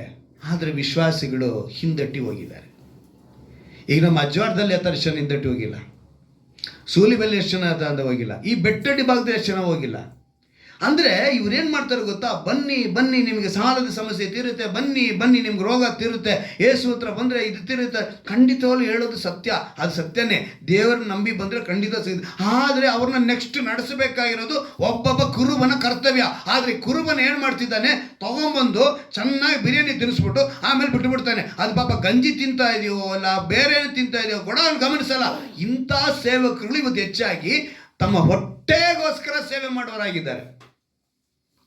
ಅಂಥ ಒಂದು ದಿನ ನಾವಿರಬಾರ್ದು. ನಾವು ಕಾರ್ಯ ಸಾಧಿಸುವ ದಿನದಲ್ಲಿ ನಾವೇನಾಗಿರಬೇಕು ಇರಬೇಕು. ನಿಮಗೊಂದು ಮಾತನ್ನು ಕೇಳ್ತಾನೆ. ಮನೆ ಕಟ್ಟಬೇಕ್ರೆ ಗಮನಿಸ್ಬೇಕಾಗಿರೋ ನಾವು, ಈ ಮನುಷ್ಯ ಒಳ್ಳೆ ಮೇಸ್ತ್ರಿನ, ಒಳ್ಳೆ ಬಿಲ್ಡರೇನ, ಇವರು ಸರಿಯಾಗಿ ಮನೆ ಕಟ್ತಾರಾ? ಕೇಳ್ತಿರೋ ಇಲ್ಲೋ? ಇವರಿಗೆ ಕೆಲಸ ಗೊತ್ತಾ? ಈ ಮೇಸ್ತ್ರಿಗೆ ಕೆಲಸ ಗೊತ್ತಾ? ಈ ಬಿಲ್ಡರ್ಗೆ ಕೆಲಸ ಗೊತ್ತಾ? ಯಾಕೆ ವಿಶ್ವಾಸಿಗಳಿಗೆ ಅದೇ ಪ್ರಶ್ನೆ ಪಾಸ್ಟರ್ ನೋಡಿ ಬರಲ್ಲ? ಈ ಪಾಸ್ಟರ್ ಸತ್ಯನೇ ಹೇಳ್ತಿದ್ದಾರಾ? ಈ ಪಾಸ್ಟರ್ ಸತ್ಯನ ಹೇಳ್ತಾ ಇದ್ದಾರಾ? ಆ ಸತ್ಯ ನನ್ನನ್ನು ಬಿಡುಗಡೆ ಮಾಡ್ತಿದ್ಯಾ? ಆ ಸತ್ಯ ನನ್ನ ಮಾನಸಾಂತರದ ಕಡೆಗೆ ನಡೆಸ್ತಾ ಇದೆಯಾ? ಆ ಸತ್ಯ ನನ್ನ ಪಾಪ ಕ್ಷಮಾಪಣೆ ಹೇಳೋದಕ್ಕೆ ನನ್ನ ನಡೆಸ್ತಾ ಇದೆಯಾ? ಯಾಕೆ ನಿಮಗೆ ಪ್ರಶ್ನೆ ಇಲ್ಲ? ಬರಬೇಕು. ಈ ಪಾಸ್ಟರ್ ಹೇಳುವಂಥ ಮಾತು ನನ್ನ ಸತ್ಯದ ಕಡೆಗೆ ನಡೆಸ್ತಾ ಇದೆ, ಮಾನಸಾಂತರದ ಕಡೆಗೆ ನಡೆಸ್ತಾ ಇದೆ, ನನ್ನ ದೇವರ ವಾಕ್ಯದೊಳಗೆ ನನ್ನನ್ನು ನುಕ್ಕುತ್ತಾ ನನಗೆ ಸೇರಲಿಕ್ಕೆ ಸಹಾಯ ಮಾಡ್ತಿದ್ದೆ ಅಂತೇಳಿ ನಿಮಗೆ ಅನ್ನಿಸ್ಬೇಕು. ಆಗ ಅದು ಒಳ್ಳೆ ಪಾಸ್ಟರ್, ಅದು ಒಳ್ಳೆ ಕುರುಬ. ಬಂದಿಲ್ಲ ಅಂತ ಹೇಳಿದ್ರೆ ನೀವು ಹಳ್ಳಕ್ಕೆ ಬೀಳ್ತೀರ. ಅರ್ಥ ಆಯ್ತಾ? ದೇವರು ನಿಮ್ಮನ್ನು ಎಚ್ಚರಿಕೆ ಪಡಿಸ್ತಾರೆ. ಒಂದು ಹೋಟ್ಲಿಗೆ ಹೋಗ್ತೀವಿ, ಊಟ ಮಾಡ್ತೀವಿ, ಅವ್ನು ಕೊಟ್ಟಿದ್ನೆಲ್ಲ ನಾವು ತಿಂತೀವ, ಅಥವಾ ನಾವು ಗೊತ್ತೇ ಯಾವ ಹೋಟ್ಲಿಗೆ ಬೇಕಾದ್ರೆ ನುಗ್ತೀವ, ಎಲ್ಲಿ ಬೇಕಾದ್ರೆ ಅಲ್ಲಿ ತಿಂತೀವ? ಕೆಟ್ಟೋಗಿರೋದು ಅಳಸೋಗಿರೋದನ್ನೆಲ್ಲ ಕೊಟ್ಬಿಟ್ರೆ ನಾವು ತಿನ್ನೋಕ್ಕಾಗುತ್ತಾ? ನಾವೇನು ಡಸ್ಟ್ಬಿನ್ಗಳ? ನೀವು ಅದೇ ರೀತಿಯಾಗಿ ಒಳ್ಳೆ ಉಪದೇಶನ ಕೇಳಿಲ್ಲ ಅಂದರೆ ನೀವು ಡಸ್ಟ್ಬಿನ್ಗಳೇ. ಏನಾಗಿದ್ರೆ ನೀವು ಡಸ್ಟ್ಬಿನ್ಗಳಾಗ್ತೀರಾ. ನಾವು ಆರಾಧಿಸುವ ದೇವರು ಸ್ವಾರ್ಥಿ ಅಲ್ಲ. ಚೆನ್ನಾಗಿ ಅರ್ಥ ಮಾಡ್ಕೊಳ್ಳಿ, ನಮ್ಮ ದೇವರು ಯಾರಲ್ಲ ಸ್ವಾರ್ಥಿ ಅಲ್ಲ. ಇವತ್ತಿನ ಉಪದೇಶಗಳು ಬರೀ ದಶಮವಾಗೋದು ಕುರಿತು ಬರುತ್ತೆ. ಕೊಡ್ರಿ, ಕೊಡಲ್ಪಡೋದು, ಇಲ್ಲಾಂದರೆ ನೀವು ದೇವರನ್ನ ಕದ್ದುಕೊಳ್ತಾ ಇದ್ದೀರಾ ಅಂತ ಹೇಳ್ತಾನೆ. ನೀವು ದೇವ್ರನ್ನ ಕದ್ದುಕೊಂಡು ನೀವು ದೇವರಿಗೆ ಮೋಸ ಮಾಡ್ತೀರಾ ಅಂತ ಹೇಳ್ತಾನೆ. ನೀವು ಕೊಟ್ಟಿಲ್ಲ ಅಂದರೆ ನಿಮ್ಗೇನು ಶಾಪ ಬರುತ್ತೆ ಅಂತ ಹೇಳ್ತಾರೆ. ಹೊಸ ಒಡಂಬಡಿಕೆ ಕಾಲಕ್ಕೆ ಬರೋದೇ ಇಲ್ಲ, ಅದನ್ನು ಹೇಳೋದೂ ಇಲ್ಲ. ವಿಧವೆಸ್ತ್ರೀ ಕೊಟ್ಟಿದ್ದ ಹೇಳ್ತಾರೆ. ವಿಧವೆಸ್ತ್ರೀ ಹೇಳುವಾಗ ಅಲ್ಲಿ ಇದ್ದಿದ್ದು ಬರೀ ಪರಿಸಾಯರು, ಅವರು ಮಹಾಯಾಜಕರುಗಳು, ಅವರಿದ್ರು. ಅವರುಗಳು ತಮ್ಮಲ್ಲಿ ಐಶ್ವರ್ಯವಂತರಾಗಿದ್ರು, ಆಸ್ತಿ ಉಳ್ಳವರಾಗಿದ್ರು. ಅವರಲ್ಲಿ ಸ್ವಲ್ಪ ತೊಗೊಂಬಂದು ಹಾಕಿದ್ರು. ಆದರೆ ಬಡ ವಿಧವೆ ಬಂದ್ಬಿಟ್ಟು ತನ್ನಲ್ಲಿ ಇದ್ದಿದ್ದನ್ನ ಹಾಕಿದ್ಲು. ಇದನ್ನ ಈ ಹೋಲಿಕೆ ಎಲ್ಲಿಗೆ ಮಾಡ್ತಾರೆ ಗೊತ್ತಾ? ನಿನ್ನ ಹತ್ರ ಇರೋದನ್ನ ತೊಗೊಂಬಂದು ಹಾಕ್ಬಿಡು ಅಂತ ಹೇಳ್ತಾರೆ. ಹಾಗಲ್ಲ. ದೇವರು ಯಾವುದಕ್ಕೆ ಸರಿಯಾಗಿ ಹೇಳೋದು ಅಂತ ತಿಳ್ಕೋಬೇಕು. ದುಃಖದಿಂದ ಯಾರು ಏನು ಕೊಡಬಾರ್ದು. ನಾನು ಅದೇ ಹೇಳೋದು. ದೇವರ ರಾಜ್ಯ ಕೆಲಸ ಅವ್ರ ಕೆಲಸ ರೀ. ನಿಮ್ಮ ಹತ್ರ ದುಡ್ಡು ತೊಗೊಂಡು ದೇವ್ರು ಕಟ್ಟಿಸ್ಕೋಬೇಕು ಅನ್ನೋ ಅವಶ್ಯಕತೆನೇ ಇಲ್ಲ. ಕೊಟ್ಟರೆ ಆಶೀರ್ವಾದ ಅನ್ನೋದು ಯಾವ ರೀತಿ ಹೇಳ್ತಿದ್ದಾರೆ? ದುಃಖದಿಂದ ಕೊಡಬೇಡ, ಸಂತೋಷದಾಗ ಕೊಡು. ಸಂತೋಷದಾಗ ಕೊಟ್ಟರೆ ನಿನಗೆ ಆಶೀರ್ವಾದ. ಹಲ್ಲೆಲೂಯಾ. ಅದನ್ನು ಸರಿಯಾಗಿ ಅಂದರೆ ಇವತ್ತು ಅನೇಕ ಮಂದಿ ಸುಳ್ಳು ಪ್ರವಾದಿಗಳು ಹೊರಗೆ ಬಂದಿದ್ದಾರೆ. ಒಂದು ಯೋಹಾನ ಬರೆದ ಮೊದಲನೆಯ ಪತ್ರಿಕೆ 4ನೇ ಅಧ್ಯಾಯದಲ್ಲಿ ಈ ಮಾತನ್ನು ದೇವರು ಹೇಳ್ತಾರೆ. ಯೋಹಾನ ಬರೆದ ಮೊದಲನೆಯ ಪತ್ರಿಕೆ 4ನೇ ಅಧ್ಯಾಯ, ಅಲ್ಲಿ ಮಾತನ್ನು ದೇವರು ಈ ರೀತಿಯಾಗಿ ತಿಳಿಸ್ತಾರೆ. ಮೊದಲನೇ ವಾಕ್ಯದಲ್ಲಿ, ಪ್ರಿಯರೇ, ಅನೇಕ ಮಂದಿ ಸುಳ್ಳು ಪ್ರವಾದಿಗಳು, ಏನಂತೆ? ಅನೇಕ ಮಂದಿ ಸುಳ್ಳು ಪ್ರವಾದಿಗಳು ಲೋಕದೊಳಗೆ ಬಂದಿದ್ದರಿಂದ ನೀವು ಆತ್ಮದ ಎಲ್ಲಾ ನುಡಿಗಳನ್ನು, ಏನಂತೆ? ಆತ್ಮದ ಎಲ್ಲಾ ನುಡಿಗಳನ್ನು ನಂಬದೆ ಆಯಾ ನುಡಿಗಳು ದೇವರಿಂದ ಪ್ರೇರಿತವಾದವುಗಳೋ ಅಲ್ಲವೋ ಎಂದು ಅವುಗಳನ್ನು ಪರೀಕ್ಷಿಸಬೇಕು. ನೀವೇ ಪರೀಕ್ಷೆ ಮಾಡಬೇಕು. ಇದು ದೇವರ ಆತ್ಮನಿಂದ ಬರ್ತಾ ಇದೆಯಾ ಮಾತು, ಅಥವಾ ಸ್ವಂತ ಬುದ್ಧಿಯಿಂದ ಬರ್ತಾ ಇದೆಯಾ ಮಾತು? ಪವಿತ್ರಾತ್ಮನ ಮಾತನ್ನು ತಿಳ್ಕೋಬೇಕು. ಆಗ ನೀವು ನೋಡಿ, ಇವತ್ತು ಈಗ ನಾನು ಹೇಳ್ತೀನಿ, 3ನೇ ವಾಕ್ಯ ಗಮನಿಸಿ. ಯೇಸುವನ್ನು ಒಪ್ಪದೇ ಇರುವ ಆತ್ಮವು, ಏನಂತೆ? ಅದಕ್ಕೆ ಕಾರ್ಯ ಸಾಧಿಸುವ ದಿನ ಅಂತ ಹೇಳಿದ್ದು. ಯೇಸುವನ್ನು ಒಪ್ಪದೇ ಇರುವಂತ ಆತ್ಮವು ದೇವರಿಂದ ಪ್ರೇರಿತವಾದದ್ದಲ್ಲ, ಅದು ಕ್ರಿಸ್ತ ವಿರೋಧಿ ಆತ್ಮವಾಗಿದೆ. ಅದು ಬರುವುದೆಂಬ ಇದನ್ನು ನೀವು ಕೇಳಿದ್ದೀರಲ್ಲ. ಈಗಲೂ ಲೋಕದಲ್ಲಿ ಅದೇ. ಎಷ್ಟು ವರ್ಷದಿಂದ ಬರೆದಿರೋದು ಇದು? 2000 ವರ್ಷಗಳಿಂದನೇ ಬರೆದು ಹೇಳಿದ್ದಾರೆ. ಏನಂತೆ? ಲೋಕದಲ್ಲಿ ಅದು ಇದೆ. 2000 ವರ್ಷಗಳಿಂದ ಹೇಳಿದ್ದಾರೆ. ಸುಳ್ಳು ಪ್ರವಾದಿಗಳು ಆವಾಗಲೇ ಎದ್ದೇಳಿದ್ದಾಯಿತು ಅಂತ. ಇವತ್ತಿಗೆ ಎಷ್ಟು ಚೆನ್ನಾಗಿರ್ತಾರೆ. 2000 ವರ್ಷಗಳಿಂದ ಸುಳ್ಳು ಪ್ರವಾದಿಗಳು ಅಂದರೆ ಏನಂತ ಹೇಳ್ತಾರೆ? ಅನೇಕ ಮಂದಿ, ಲೆಕ್ಕ ಇಲ್ಲ, ಅನೇಕ ಮಂದಿ ಅಂತ ಹೇಳಾಯಿತು. ಈಗ ನೀವು ನಾ ತಿಳ್ಕೊಬೇಕಾಗಿರೋದು, ಆ ಅನೇಕ ಮಂದಿಗಳು ಸುಮಾರು ಜನ ಇದ್ದಾರೆ. ನಾವೇನು ಹೇಳ್ತೀವಿ? ತಿಳ್ಕೋಬೇಕು. ನಂಬಿಕೆ. ಈ 5ನೇ ಅಧ್ಯಾಯದಲ್ಲಿ ಇವತ್ತೊಂದು ಮಾತಿನ ನೆನಪು ತರ್ತೀನಿ ನೋಡಿ.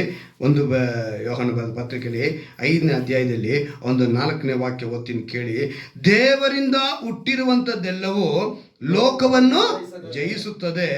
ಲೋಕವನ್ನು ಜಯಿಸುವಂಥದ್ದು ನಮ್ಮ ನಂಬಿಕೆಯೇ. ನೀನು ಲೋಕನ ಜಯಿಸಬೇಕು ಅಂದರೆ ನೀನು ನಂಬಿಕೆ ಇರಬೇಕು. ಆ ನಂಬಿಕೆಯೇ ಕಾರ್ಯ ಸಾಧಿಸೋ ದಿನದಲ್ಲಿ ನಿಲ್ಲುತ್ತೆ. ನೀನು ಲೋಕನ ಜಯಿಸಬೇಕು. ಲೋಕ ಅಂದರೆ ಯಾವಾಗ? ಇವಾಗ ನಮ್ಮ ಸುತ್ತಲೂ ಇರುವಂಥ ಅನೇಕ ಕಾರ್ಯಗಳು. ಈ ಲೋಕನ ಜಯಿಸಬೇಕು. ದೇವರು ಅದಕ್ಕೆ ಹೇಳ್ತಾರೆ ಗೊತ್ತಾ? ಯೋಹಾನ ಸುವಾರ್ತೆ 16ನೇ ಅಧ್ಯಾಯ 33ನೇ ವಾಕ್ಯ ಓದಿ ನೋಡಿ. ಈ ಲೋಕದಲ್ಲಿ ಸಂಕಟ ಉಂಟು, ನಾನೇನು ಮಾಡಿದ್ದೀನಿ? ಜಯಿಸಿದ್ದೀನಿ ಅಂತ ಹೇಳ್ತಾರೆ. ಅಂದರೆ ಅವರಿಗೆ ಸಂಕಟ ಬಂತು, ಅವ್ರೇನು ಮಾಡಿದ್ರು? ಜೀವನ ಜಯಿಸ್ಕೊಂಡ್ರು. ಇವತ್ತು ನಿನಗೂ ನನಗೂ ಅದೇ ಬರುತ್ತೆ. ಅಂದರೆ ಲೋಕ ಅಂದರೆ ಒಂದು 3 ವಿಷಯ ಇದೆ ನೋಡ್ರಿ.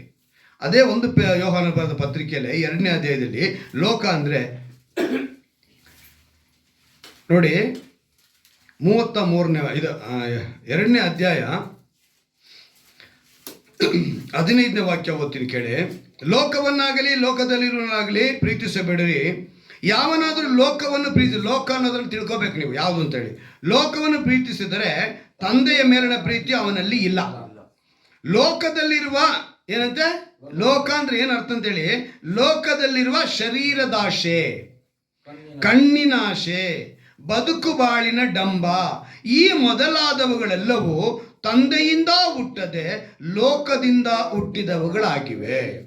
ಸ್ಪಷ್ಟವಾಗಿ ಹೇಳ್ಬಿಟ್ರ? ಈಗ ಶರೀರ ದಾಸೆ, ಈ 3ರಲ್ಲಿ ಬೀಳಿಸ್ತಾನೆ ಶತ್ರು. ಸೈತಾನ ಕೆಲಸ ಏನು ಮಾಡ್ತಾನೆ?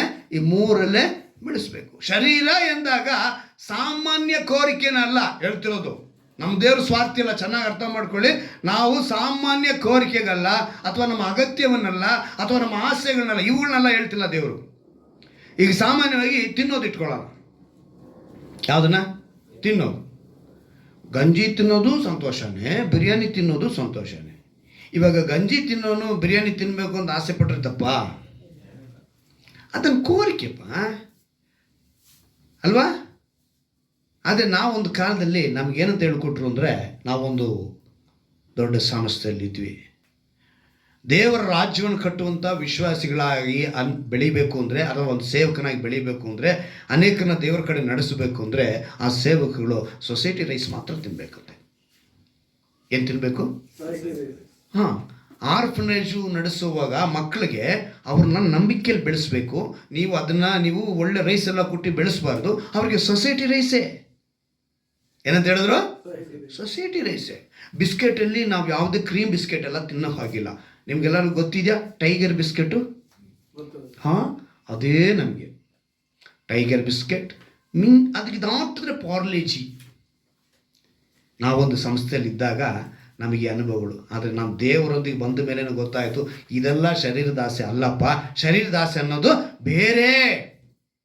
ಆದರೆ ಇವತ್ತು ಮನುಷ್ಯ ಇದನ್ನ ಹೇಳ್ತಿದ್ದಾನೆ, ಶರೀರದಾಸೆಗೆ ಇದನ್ನ ಹೋಲಿಕೆ ಮಾಡ್ತಿದ್ದಾನೆ. ಶರೀರಾಸೆ ಅಂದರೆ ನಾವು ತಿನ್ನುವುದು ಅಥವಾ ಧರಿಸುವುದು. ಈಗ ಒಳ್ಳೆ ಬಟ್ಟೆ ಧರಿಸ್ಬೇಕು ಅನ್ನೋದು ಅದು ಆಸೆ. ಆದರೆ ನಾನು ಧರಿಸಬೇಕಾಗಿರೋದು ನನ್ನ ಸಂಪಾದನೆಗೆ ತಕ್ಕಾದ ಒಂದು ಸಂಪಾದನೆಗೆ ಬೇಕಾದ ಬಟ್ಟೆ. ಈ ಉದಾಹರಣೆಗೆ ನಾನು ಹೇಳ್ತೀನಿ, ನನಗೆ ಒಂದು 25,000 ಸಂಬಳ ಇದೆ ಅಂತ ಹೇಳಿದ್ರೆ, ನಾನು 2,000 3,000 ಬೆಲೆ ಕೊಟ್ಟು ಒಂದು ಬಟ್ಟೆ ತೆಗೆದುಕೊಳ್ಳೋದು ತಪ್ಪಿಲ್ಲ. ಆದರೆ 20,000 ಸಂಪಾದನೆ ಮಾಡ್ತಾರೋ ನಾನು 30,000 ರೂಪಾಯಿಗೆ ಒಂದು ಕೋಟ್ ತಗೋಬೇಕು ಅಂತ ಹೇಳಿದ್ರೆ ಅದು ತಪ್ಪು. ಯಾವುದು? 20,000 ನನ್ನ ಸಂಬಳ, ಆದರೆ 30,000 ರೂಪಾಯಿ ಕೋಟ್ ನಾನು ಧರಿಸ್ಬೇಕು ಅಂದರೆ ನನ್ನ ಯೋಗ್ಯತೆ ಮೀರಿ ನಾನು ಮಾಡ್ತಾ ಇದ್ದೀನಿ. ಅದು ಶರೀರದಾಸೆ. ನಾನು 2,000 ರೂಪಾಯಿಗೆ 3,000 ರೂಪಾಯಿಗೆ ನಾನು ಬಟ್ಟೆ ಹಾಕ್ಕೊಳ್ತೀನಿ ಅಂತ ಹೇಳಿದ್ರೆ ಅದು ನನ್ನ ಕೋರಿಕೆ, ನನ್ನ ಅಗತ್ಯ, ಅದು ನನಗೆ ಬೇಕಾಗಿದೆ. ಇದು ಶರೀರದಾಸೆ ಅಂತ ಹೇಳಬಾರ್ದು. ಅದೇ ರೀತಿ ಒಂದು ಒಡವೆ ಆಗ್ಬೋದು, ಒಂದು ಮನೆ ಕಟ್ಟೋದಾಗ್ಬೋದು, ಒಂದು ಗಾಡಿ ತಗೊಳ್ಳೋದಾಗ್ಬೋದು. ಯಾವುದೋ ಒಂದು ಗಾಡಿ ಬೇಕು, ಒಂದು ಮನೆ ಕಟ್ಟಬೇಕು, ಎಲ್ಲ ಓಕೆ. ಆದರೆ ಮನೇಲಿ 5 ಜನ ಇದ್ರೆ 5 ಜನಕ್ಕೂ ಕಾರ್ ಇಟ್ಕೊಳ್ಳೋದು ತಪ್ಪು. ಮನೇಲಿ 5 ಜನ ಇದ್ರೆ 5 ಜನಕ್ಕೆ ಕಾರ್ ಇಟ್ಕೊಳ್ಳೋದು ತಪ್ಪು. 2 ವೀಲರ್ ಇಟ್ಕೊಳ್ತಾರೆ, ಯಾಕಂದರೆ ಎಲ್ಲರೂ ಹೋಗ್ಬೇಕು. 1-2 2 ವೀಲರ್ 3 2 ವೀಲರ್ ಇಟ್ಕೊಳ್ತಾರೆ, ಓಕೆ. ಆದರೆ ಕಾರು ಅಂತ ಬಂದಾಗ ನನಗೆ ಇಂಥ ಕಾರೇ ಬೇಕು. ನಮ್ಮ ಓಡಾಡೋದಕ್ಕೆ ನಮಗೆ ಸಂಪಾದನೆ ಜಾಸ್ತಿ ಆಗಿದೆ. 1 ಲಕ್ಷ ಸಂಪಾದನೆ ಇದೆಯಾ, ಅಥವಾ ಒಂದು 30 ಲಕ್ಷದ ಗಾಡಿ. ಆದರೆ 1 ಲಕ್ಷ ಸಂಪಾದನೆ ಇರೋನು ನೀನು 10 ಕೋಟಿ ಗಾಡಿ ತಗೋಬೇಕು ಅಂದರೆ ಶರೀರದ ಆಸೆ. ಏನದು? ಶರೀರದ ಆಸೆ. ಇಂಥದನ್ನ ಹೇಳಬೇಕೆ ಹೊರತು ಇದು ಅಂದರೆ ಪಾಪಕ್ಕೆ ಪ್ರೇರೇಪಿಸುವಂಥ ಕಾರ್ಯಗಳು. ಅದಕ್ಕೇನೆ ಶರೀರದಾಸೆ, ಕಣ್ಣಿನಾಸೆ, ಬದುಕು ಬಾಳಿನ ಡಂಬ, ಇದು ಲೋಕ. ಈ 3 ಕಾರ್ಯನ ಗಲಾತ್ಯರ ಪತ್ರಿಕೆಯಲ್ಲಿ ಒಂದು ಮಾತನ್ನು ನೆನಪಿಗೆ ತರ್ತೀನಿ. ಓದೋದೇನು ಬೇಡ, ನಾನು ಓದ್ತೀನಿ, ಹಂಗೆ ಗಮನ ಇಟ್ಟು ಕೇಳಿ. ಯಾಕಂದರೆ ದೇವರ ಮಾತನ್ನು ನಾವು ಸರಿಯಾಗಿ ಅರ್ಥ ಮಾಡ್ಕೊಂಡಿಲ್ಲ ಅಂತ ಹೇಳಿದ್ರೆ ಅದು ನಮಗೆ ಬೇರೆ ರೀತಿಯಲ್ಲಿ ತೆಗೆದುಕೊಂಡು ಹೋಗುತ್ತೆ. ಅದಕ್ಕೆ ಉಪದೇಶಗಳು ಇವತ್ತು ನಾನಾ ವಿಧದಲ್ಲಿ ಬಂದಿರೋದು. 5ನೇ ಅಧ್ಯಾಯದಲ್ಲಿ ಶರೀರ ಸ್ವಭಾವಗಳ ಕುರಿತು ಬರೆಯಲ್ಪಟ್ಟಿದೆ. 19ನೇ ವಾಕ್ಯದಲ್ಲಿ ಓದಿ ನೋಡಿ. ಶರೀರ ಭಾವದ ಕರ್ಮಗಳು ಪ್ರಸಿದ್ಧವಾಗಿವೆ. ಯಾವುದೆಂದರೆ ಜಾರತ್ವ, ಬಂಡುತನ, ನಾಚಿಕೆಗೇಡಿತನ, ವಿಗ್ರಹಾರಾಧನೆ, ಮಾಟ, ಹಗೆತನ, ಜಗಳ, ಹೊಟ್ಟೆ ಕಿಚ್ಚು, ಸಿಟ್ಟು, ಕಕ್ಷಭೇದ, ಭಿನ್ನಮತ, ಮತ್ಸರ, ಕುಡಿಕೆತನ, ದುಂದೋತನ. ಇವು ಶರೀರದ ಆಸೆ. ನೀನು ತಿನ್ನೋ ಅನ್ನದಲ್ಲೋ, ನೀನು ಧರಿಸೋ ಬಟ್ಟೆಯಲ್ಲೋ, ನೀನು ಹಾಕೋ ಒಡವೆನಲ್ಲೋ ಅಲ್ಲ ಶರೀರದ ಆಸೆ ಅಂತ ಹೇಳ್ಬಾರ್ದು. ಇವತ್ತು ಉಪದೇಶ ಬದಲಾವಣೆ ಆಗಿ ಹೋಗ್ತಾ ಇದೆ. ಇದನ್ನೆಲ್ಲ ಒಂದು ಕತ್ತಿ ಚೈನ್ ಹಾಕೊಂಡು ಹಾಕೋ, ಒಂದು ಸರ ಮಾಡಬೇಕು ಅಂತ ಹಾಕೋ, ಒಂದು ಉಂಗುರ ಹಾಕೋಬೇಕಾ 2 ಕೈಗೆ ಹಾಕೋ, 10 ಬೆರಳಿಗೆ ಹಾಕ್ಬೇಡ.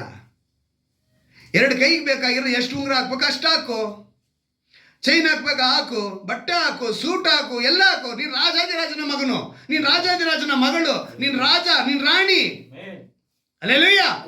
ಆದ್ರೆ ನಾವೇನ್ ಮಾಡ್ತೀವಿ ಇದರಲ್ಲಿ ನಮಗೆ ಭಾನುವಾರದತ್ತು ಬರೀ ಬಿಳಿ ಬಟ್ಟೆ ಎಲ್ಲ ಇರ್ಬೇಕು, ಮಿಕ್ಕಿ ದಿವಸ ಎಲ್ಲ ಕಪ್ಪು ಬಟ್ಟೆಯಲ್ಲಿ ಇದ್ರೆ ಪರವಾಗಿಲ್ವಾ? ಭಾನುವಾರ ಆದ್ರೆ ಹೆಂಗಿರ್ಬೇಕಂತೆ? ಬಿಳಿ ಬಟ್ಟೆಯಲ್ಲಿ ಇರ್ಬೇಕಂತೆ. ಅಂದ್ರೆ ಒಂದ್ ದಿವಸಕ್ಕೆ ನೀನ ಒಂದು ಸೀಮಿತವಾ? ಉಪದೇಶಗಳು ಬೇರೆ ಬೇರೆ ಬಂದು ಮನುಷ್ಯನ ದಿಕ್ಕುಪಾಲು ಮಾಡಿ ಹಾಕಿಲ್ಲ. ಶರೀರದ ಆಸೆ ಅದಲ್ಲ. ಇದನ್ನೆಲ್ಲ ನಾನು ತುಂಬ ಅನುಭವಿಸಿ ನಾನು ಹೇಳ್ತಾ ಇದ್ದೀನಿ. ನನ್ನ ಒಂದು ಸೀರೆ, ಒಳ್ಳೆ ಸೀರೆ ತಗೋ ತಪ್ಪೇ ಇಲ್ಲ.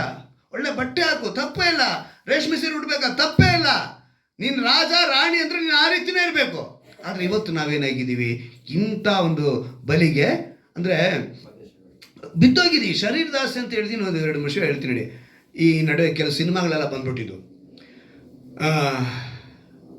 ಇವ್ರು ಕಾಲೇಜ್ ಓದ್ಬೇಕಾದ್ರೆ ಲವ್ ಸ್ಟೋರಿ ಯಾವುದಿದು, ಆದರೆ ಮದುವೆ ಆಗಲಿಲ್ಲ. ಅವಳಿಗೆ ಮದುವೆ ಆಯಿತು, ಇವನಿಗೆ ಮದುವೆ ಆಗೋಯ್ತು. ಅವಳಿಗೂ 1-2 ಮಕ್ಕಳಾಗೋಯ್ತು, ಇವನಿಗೂ 2 ಮಕ್ಕಳಾಗೋಯ್ತು. ಆಮೇಲೆ ಒಂದು 15 ವರ್ಷ 16 ವರ್ಷ ಆದಮೇಲೆ ಗೆಟ್ ಟುಗೆದರು. ಈ ಪೂರ್ವ ಹಳೆ ನಮ್ಮ ದೋಸ್ತಿಗಳೆಲ್ಲ ಸೇರಿ ಏನೋ 90s ಹಾಗೆ ಹೀಗೆ ಅಂತೇಳಿ ಒಂದು ದೋಸ್ತಿ ಸೀನ್. ಆ ಸೀನಲ್ಲಿ ಇಬ್ಬರು ಒಬ್ರಿಗೊಬ್ರು ನೋಡ್ಬಿಟ್ರು. ನೋಡಿದ್ದೆ ಹಲೋ ಹಾಯ್ ಅಂತ ಹೋಗಿ ವಾಟ್ಸಪ್ಪಲ್ಲಿ ಮೆಸೇಜ್ಗಳು ಸ್ಟಾರ್ಟ್ ಆಯಿತು. ಆಮೇಲೆ ಹಂಗೆ ಪ್ರಿಯತಮೆ, ಓತಮೆ, ನಿನ್ನ ಒಲಿಮೆ, ನನ್ನ ಒಲಿಮೆ, ದರಿದ್ರ ಡೈಲಾಗ್ಗಳು ಏನಾಗೋಯ್ತು. ನೆಕ್ಸ್ಟ್ ಹಿಂಗೆ ಈ ಕಡೆ ಆ ಕಡೆ ಚಾಟಿಂಗ್ ನಡೀತು. ಇವೆಲ್ಲ ನಡೆದು ಏನಾಗೋಯ್ತು, ಕೊನೆಗೆ ಡೈವರ್ಸ್ ಬಂದಿಲ್ಲ. ಇದನ್ನ ಅವ್ರವ್ರ ಕಡೆ ನೋಡಿ ಪೇಪರಲ್ಲಿ ಬಂತು. 2 ವೀಲರಲ್ಲಿ ಅವರಿಬ್ಬರನ್ನ ನೋಡಿ ಮಚ್ಚಿ ತಗೊಂಡೋಗಿ ಇಬ್ಬರು ಸೇರಿ ಕಟ್ ಮಾಡ್ಬಿಟ್ಟ. ಅವನು ಗಂಡ ಏನು ಮಾಡ್ದ, 2 ವೀಲರ್ ಇದನ್ನು ನೋಡಿ ಮಚ್ಚಿ ತಗೊಂಡೋಗಿ ಸೇರಿಸಿ ಹೊಡೆದ ಇಬ್ರಿಗೂ. ಇದು ಶರೀರದ ಆಸೆ. 5 ನಿಮಿಷದ ಕ್ಷಣಿಕ ಸುಖಕ್ಕೆ ಇವತ್ತು ಮನುಷ್ಯ ಎಂತೆಂಥ ಪಾಪ ಕೃತ್ಯಗಳಿಗೆ ಬೀಳ್ತಾನೆ ಗೊತ್ತಾ? ಮನೇಲಿ ನಿನ್ಗೆ ಊಟ ಇಷ್ಟ ಆಗ್ಲಿಲ್ವಾ? ಅದು ಆತ್ಮಿಕವಾಗೂ ಶಾರೀರಿಕವಾಗೂ 2 ಸರಿಯಾಗಿ ಅರ್ಥ ಮಾಡ್ಕೊಳ್ಬೇಕು. ಇಲ್ಲ ಅಂತ ಹೇಳಿದ್ರೆ ನೀನು ಎಲ್ಲಕ್ತಿಯ ಕಾರ್ಯ ಸಾಧಿಸುವ ದಿನದಲ್ಲಿ ನೀನು ನಿಲ್ಲಲ್ಲ. ಲೋಕ ನೀನು ಒಳಗೆ ಬಂದ್ರೆ ನೀನು ದೇವ್ರನ್ನ ಪ್ರೀತಿ ಮಾಡಲ್ಲ. ದೇವ್ರನ್ನ ಪ್ರೀತಿ ಮಾಡೋನು ತಂದೆಯಿಂದ ಆ ದಿನವನ್ನ ಕಂಡುಕೊಳ್ಳಲ್ಲ. ಎಚ್ಚರಿಕೆ ಪಡಿಸಿ ಹೇಳ್ತಾರೆ, ನಾವು ಸರಿಯಾಗಿರ್ಬೇಕು. ಕಣ್ಣಿನ ಆಸೆ, ಎತ್ತರವಾದ ಬೆಟ್ಟಕ್ಕೆ ಕರ್ಕೊಂಡೋದ, ದೇವ್ರನ್ನ ಕರ್ಕೊಂಡೋಗಿ ಇದನ್ನೆಲ್ಲ ತೋರಿಸ್ಬಿಟ್ಟು ಈ ವೈಭವ ನಿನಗೆ ಅಂತ ಹೇಳ್ದ ಅಲ್ವಾ? ಆದರೆ ದೇವರೇನು ಮಾಡಿದ್ರು, ಅಪ್ಪ ಸಾಷ್ಟಾಂಗವರೆಗೆ ನಮಸ್ಕಾರ ನನಗೆ ಮಾಡಬೇಕು ಅಂತ ಹೇಳಿದ್ದಾರೆ, ನೀನು ನನ್ನ ಹತ್ರ ಬರೋದಲ್ಲ ಅಂತ ಹೇಳಿದ್ರು. ಆದರೆ ಇವನೇನು ಮಾಡ್ದ, ಸೈತಾನ ಮರಳು ಏಸು ಏನು ಮಾಡಿದ್ರು ಗೊತ್ತಾ? ಸೈತಾನ ಮಾತಿಗೆ ಮರಳುಗೊಳ್ಳಿಲ್ಲ, ಅವ್ರು ಸೋತೋಗ್ಲಿಲ್ಲ. ಇಂದು ಲೋಕವನ್ನು ತೋರಿಸ್ತಾನೆ ನಿಮಗೆ. ದೂರ ಹೋಗ್ಬಿಡ್ತೀರ ಲೋಕನ ತೋರಿಸಿದಾಗ. ಹುಷಾರಾಗಿರ್ಬೇಕು. ಕೆಲವರು ಹೇಳ್ತಾರೆ ಸ್ತ್ರೀ ಅಲಂಕಾರ ಮಾಡಿಕೊಳ್ಳೋದು ತಪ್ಪು ಅಂತ. ಏನಂತ ಹೇಳ್ತಾರೆ? ಸ್ತ್ರೀ ಅಲಂಕಾರ ಮಾಡಿಕೊಳ್ಳೋದು ತಪ್ಪು. ಮೊನ್ನೆ ಒಂದು ಉಪದೇಶ ಕೇಳಿದೆ, ನನಗಂತೂ ಚಿಕ್ಕಾಬಡೆ ತಲೆ ಕೆಟ್ಟೆ ಹೋಯ್ತು. ನಮ್ಮ ಸ್ಪಂದನ ಅಂತ ಮಗು, ಅದು ಈ ಮೆಹಂದಿ ತಾನೆ ಹೇಳೋದು, ಗೋರಿಂಟ ಹಾಕೊಂಡ್ರೆ ಮೆಹಂದಿ ಅದು ಹಾಕೊಂಡ್ಬಂದೈತೆ. ಏನಿದು ಅನ್ಯ ಜನಗಳ ಪದ್ಧತಿ, ಅವರ ಸಂಪ್ರದಾಯಗಳು ಅಂತ ಹೇಳಿ ಉಪದೇಶ ಮಾಡಿಬಿಟ್ಟು ಹೋಗಿ ಫಸ್ಟ್ ನೀನು ಮನೆಗೆ ಹೋಗು ಅಂತೇಳಿ ಮನೆಯಿಂದ ಕಳಿಸ್ಬಿಟ್ಟ ಸಭೆಯಿಂದ. ಆ ವ್ಯಕ್ತಿ ಪಾಸ್ಟರ್ ಏನಂತೆ, ಮೆಹಂದಿಗೆ ಎಲ್ಲನ ಬೈಬಲಲ್ಲಿ ಬರೆಯಲ್ಪಟ್ಟಿದ್ದ ಆ ಥರ. ಕಣ್ಣಿನಾಶೆ ಅಂದರೆ ಯಾವುದು? ದೇವರು ಯಾವುದನ್ನು ಹೇಳ್ತಿದ್ದಾರೆ? ಒಂದು ವಸ್ತುವನ್ನ ಮೋಹದಿಂದ, ಒಂದು ಸ್ತ್ರೀಯನ್ನ ಮೋಹದಿಂದ ನೋಡಿದ್ರೆ ಅದು ಪಾಪ ಅಂತ ಹೇಳ್ತಿದ್ದಾರೆ. ಇದು ಮೆಹಂದಿ ಹಾಕೋತ್ತಪ್ಪ. ಮೆಹಂದಿನಲ್ಲಿ ಹುಷಾರು ತಿಳ್ಕೊಳ್ಳಿ. ಇವಾಗೇನು ಬಂದಿದ್ದಲ್ಲ, ಏನು ಕೋನು, ಹುಷಾರು. ಅದು ಮದುವೆ ಹುಡುಗಿ ಹೆಣ್ಮಕ್ಳಿಗೆ ಸ್ಟಾರ್ಟಿಂಗ್ 5,000 ರೂಪಾಯಿ ಅಂತೇನೋ ಇದು ಮಾಡೋಕ್ಕೆ, ಅದ್ರಲ್ಲಿ ಕ್ಯಾನ್ಸರ್ ಬರುತ್ತೆ ಅಂತ ಡಾಕ್ಟ್ರ್ ಕಂಡುಹಿಡಿದಿದ್ದಾರೆ. ತಗೊಂಬನ್ನಿ, ಸೊಪ್ಪು ತೊಗೊಂಬನ್ನಿ, ಚೆನ್ನಾಗಿ ರುಬ್ಕೊಳ್ಳಿ, ಗಂಡಸರು ಇಡ್ತಾರೆ ಮೆಹಂದಿ, ನಾನು ಇಟ್ಟಿದ್ದೀನಿ. ಈಗ ಸೇವೆಗೆ ಬಂದಮೇಲೆ ಅದೆಲ್ಲ ಹಿಡಿಲ್ಲ. ಯಾಕಂತ ಹೇಳಿದ್ರೆ ಇಲ್ಲಿಟ್ಟರೆ ಈ ಜನ ಬೇರೆ ಥರ ಆಡ್ಕೊತಾರೆ ನಮ್ಮನ್ನು. ಈ ಅಂಗೈಯಲ್ಲಿ ಇಡ್ತಾರೆ, ಏನಕ್ಕೆ ಹೇಳಿ? ಹೀಟೆಲ್ಲ ಎತ್ತಾಕುತ್ತೆ. ಎಷ್ಟು ಒಳ್ಳೆಯದು, ಎಷ್ಟು ಔಷಧಿ ಮೆಹಂದಿ. ಆದರೆ ಇವತ್ತೇನಾಗಿದೆ, ಇದು ಕಣ್ಣಿನ ಆಸೆ ಅಂತ ಹೇಳ್ತಾರೆ. ನಾವು ತಿಳ್ಕೋಬೇಕು ಏಸು ಯಾವುದನ್ನು ಹೇಳ್ತಾರೆ ಅಂದರೆ, ನಮಗೆ ಕಣ್ಣು ನೆಟ್ಟಗಿದ್ರೆ ಸಾಕು, ಅದು ದೀಪವಾಗಿದ್ದರೆ ಮತ್ತಾಯನ ಬರೆಸುವಾತ 6ನೇದಲ್ಲಿ 22ನೇ ವಾಕ್ಯ. ಈಗ ಬದುಕು ಬಾಳಿನ ಡಂಬ ಅಂತ ಸೈತಾನ ತಗೊಂಡೋಗಿ ಮೇಲೆ ನಿಲ್ಲಿಸ್ಬಿಟ್ಟು ನೀನು ಮಗನಾಗಿದ್ದರೆ ಕೆಳಗೆ ದುಮ್ಮುಕು ಅಂತ ದೇವರನ್ನ, ಅಲ್ವಾ? ಪಾಪ 40 ದಿವಸ ದೇವರು ಪ್ರಾರ್ಥನೆ ಮಾಡಿ ಹೋದ್ರೆ ಉಪವಾಸ ಇದ್ದು, ಇವನೇನು ಮಾಡ್ತಾನೆ, ಮೇಲೆ ಕರ್ಕೊಂಡೋಗ್ಬಿಟ್ಟು ನೀನು ದೇವರ ಮಗನಾಗಿದ್ದರೆ ದುಮುಕು ಚಾಲೆಂಜ್ ಮಾಡ್ತಾನೆ. ಇವತ್ತು ನಮ್ಮ ಮುಂದೆ ಅದೇ ಥರ ಮಾಡ್ತಾನೆ. ಓ ಆಗುತ್ತಾ ನಿನ್ನ ಕೈಲಿ? ಉದಾಹರಣೆ ಹೇಳ್ತೀನಿ. ಒಬ್ಬ ಆಟೋದವನು, ಒಬ್ಬ ಹಾಲಿನ ಕ್ಯಾನವನು, ಇಬ್ಬರು ಪ್ರಯಾಣ ಹೋಗಿ ರಸ್ತೆಯಲ್ಲಿ. ಈ ಹಾಲಿನ ಕ್ಯಾನವನು ಸಡನ್ನಾಗಿ ಬಂದು ಇಲ್ಲಿ ಆಟೋಗೆ ಟಚ್ ಆಗೋಯ್ತು. ಹಾಲಿನ ಕ್ಯಾನವನಿಗೂ ಆಟೋದವನಿಗೂ ಜಗಳ ನಡೀತಾ ಇದ್ದರೆ ಏನು, ಹಾಲಿನ ಕ್ಯಾನು ಒಂದು ಸ್ವಲ್ಪ ಮಾರ್ಕ್ ಆಗಿದೆ, ಇವನಿಗೆ ಆಟೋಗೆ ಒಂದು ಸ್ಕ್ರಾಚಸ್ ಬಿದ್ದಿದೆ. ಇಷ್ಟೇ ಇದಕ್ಕೆ ಇವನು ಅವರಮ್ಮನ್ನ ಕರೆದ, ಅವನು ಇವರಮ್ಮನ ಕರೆದ. ಅಮ್ಮನ್ನ ಕರೆದಂಥ ಮೆತ್ತುಗಳು ಮಾತುಗಳೇನಾಗಿತ್ತು, ಕೋಪಕ್ಕೆ ತಿರುಗ್ತು. ಪಕ್ಕದಲ್ಲಿ ಯಾವುದೋ ಒಂದು ರಾಡ್ ಥರ ಇತ್ತು, ಎತ್ಕೊಂಡು ಹೊಡೆದೇ ಬಿಟ್ಟ ಆಟೋದವನು. ಯಾರಿಗೆ? ಹಾಲಿನ ಕ್ಯಾನವನಿಗೆ. ಅವನು ಸ್ಪಾಟ್ ಡೆಡ್. ಅವನು ಸ್ಪಾಟ್ ಡೆಡ್ ಆಗಿ ಪೊಲೀಸ್ನವ್ರು ಬಂದರು. ಆಟೋನ 2 ಸೀಸ್ ಮಾಡಿದ್ರು. ಆ ಹಾಲಿನ ಕ್ಯಾನು ಸೀಸ್ ಆಗಿ ಹೊಟ್ಟೋಯ್ತು. ಈ ಕಡೆ ಇವನಿಗೆ ಜೈಲು ಶಿಕ್ಷೆ ಆಯಿತು, ಆಟೋದವನಿಗೆ. ಅವನು ಸತ್ತೋದ. ಅಲ್ಲಿ ಅವನ ಹೆಂಡತಿ ಮಕ್ಕಳು ದಿಕ್ಕಾಪಾಲಾಗೋದ್ರು, ಅನಾಥರಾಗೋದ್ರು. ಇಲ್ಲಿ ಏನು ವಿಷಯ? ಸಣ್ಣದೇನೆ, 1 ನಿಮಿಷ, ಅಪ್ಪ ನಂದು ನಾನು ಮಾಡ್ಕೊತೀನಿ, ನೀನು ಮಾಡ್ಕೊ ಅಂತ, ಒಂದೇ 1 ನಿಮಿಷ. ಇದೇನಿಂದ ಬದುಕು ಬಾಳಿನ ಡಂಬ ಇದೆ. ದೇವರ ಹತ್ರ ಚಾಲೆಂಜ್ ಮಾಡ್ದ ಶತ್ರು. ಆದರೆ ದೇವರು ಹೇಳಿದ್ರು, ನೀನು ಹೋಗ್ತೀನಪ್ಪ, ನಿನ್ನ ಕೆಲಸ ನೀನು ಮಾಡು, ನನ್ನ ಕೆಲಸ ನಾನು ಮಾಡ್ತೀನಿ. ದೇವರೊಂದು ಸರಿಸಮನಾಗಿ ನಿಂತ್ಕೊಂಡಿಲ್ಲ. ವಿಶ್ವಾಸಿಗಳಾಗಿರೋರು ಈ ಬದುಕು ಬಾಳಿನ ಡಂಬ ಇರ್ಬೋದು. ನಾನು ಯಾರು ಗೊತ್ತಂತ ಕಾಲೇ ಎಗರಿಸೋದೆ ವಿಶ್ವಾಸಿ ಕೆಲಸ ಅಲ್ಲ. ನನಗೆ ಎಲ್ಲ ಗೊತ್ತು, ನಾನು ಅದು ಮಾಡ್ತೀನಿ, ಖಂಡಿತವಾಗಲೂ ಇಲ್ಲ. ವಿಶ್ವಾಸಿಯಾಗಿ ಇರಬೇಕು, ನಂಬಿಗಸ್ತರಾಗಿರಬೇಕು. ಹಾಲು ಉಕ್ಕೋದಕ್ಕೆ ಏನು ಮಾಡ್ತೀವಿ? ಕೆಳಗಡೆ ಬೆಂಕಿ ಉಕ್ಕಿ ಏನಾಗಬೇಕು? ಅರಿಬೇಕು, ಅಲ್ವಾ? ಈಗ ಶತ್ರು ಅದನ್ನೇ ಮಾಡೋದು. ಬೆಳಗ್ಗೆ ಇಡ್ತಾನೆ, ಹಂಗೆ ಬೆಂಕಿ ಇಡ್ತಾನೆ. ನೀನು ಉಕ್ಕಿ ಅರಿದು ಕೆಳಗಡೆ ನೆಲಕ್ಕೆ ಬೀಳ್ಬೇಕು, ನೀನು ಬಿದ್ದೋಗ್ಬೇಕು ಅಂತ ನೋಡ್ತಾನೆ ಅವನು. ಅವನಿಗೇನು ಉದ್ದೇಶ? ನೀನು ಬಿದ್ದೋಗ್ಬೇಕು, ನೀನು ಹಾಳಾಗೋಗ್ಬೇಕು. ಅವನ ಉದ್ದೇಶ. ಅವನು ಇದೇ ಕೆಲಸ ಮಾಡ್ತಾನೆ. ನೀನು ಹುಷಾರಾಗಿರಬೇಕು. ನೀನು ಹುಷಾರಾಗಿದ್ದರೆ ಕಾರ್ಯ ಸಾಧಿಸುವ ದಿನ. ಕೊನೆಯದಾಗಿ ಯಾಕೋಬನ ಬರೆದ ಪತ್ರಿಕೆಯಲ್ಲಿ ಒಂದು ಮಾತನ್ನು ಹೇಳಿ ನಾನು ಮುಗಿಸ್ತೀನಿ. ಯಾಕೋಬನ ಬರೆದ ಪತ್ರಿಕೆ 1ನೇ ಅಧ್ಯಾಯ 2ನೇ ವಾಕ್ಯ, ಎಂಥ ಅದ್ಭುತವಾದ ಮಾತು ಬರೆಯಲ್ಪಟ್ಟಿದೆ ನೋಡಿ. ಯಾಕೋಬನ ಬರೆದ ಪತ್ರಿಕೆ 1ನೇ ಅಧ್ಯಾಯ. ನನ್ನ ಸಹೋದರರೇ, ನಿಮ್ಮ ನಂಬಿಕೆಗೆ ಆಗುವ ಪರಿಶೋಧನೆಯು, ಏನಂತ ಹೇಳ್ತಿದ್ದಾರೆ? ನಂಬಿಕೆಗೆ ಆಗುವ ಪರಿಶೋಧನೆ ಅಂದರೆ ಪರೀಕ್ಷೆ ಇದೆ ರೀ.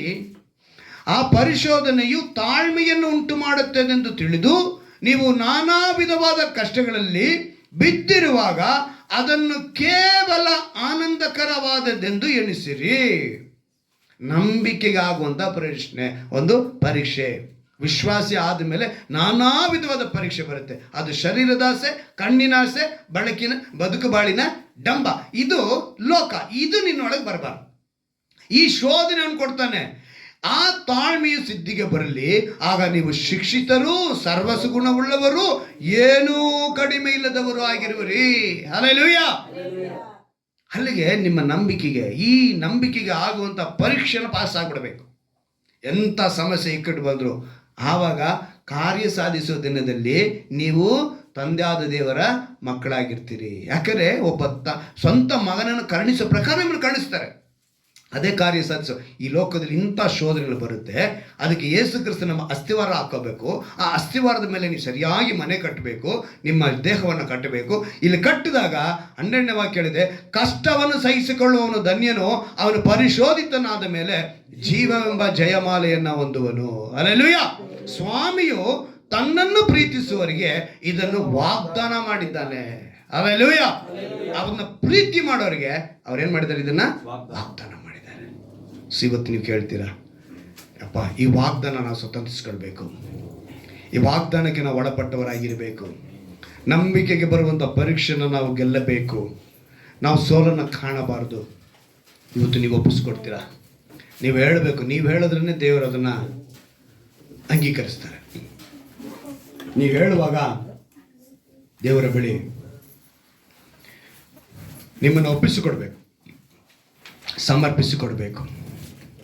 ಕಾರ್ಯ ಸಾಧಿಸುವ ದಿನ ದೇವಕುಮಾರನೆಂದು, ಆತನೇ ಮೆಸ್ಸಿಯನೆಂದು, ಕ್ರಿಸ್ತನೆಂದು ನಂಬದವರು ಇವತ್ತು ಅನೇಕರಿದ್ದಾರೆ.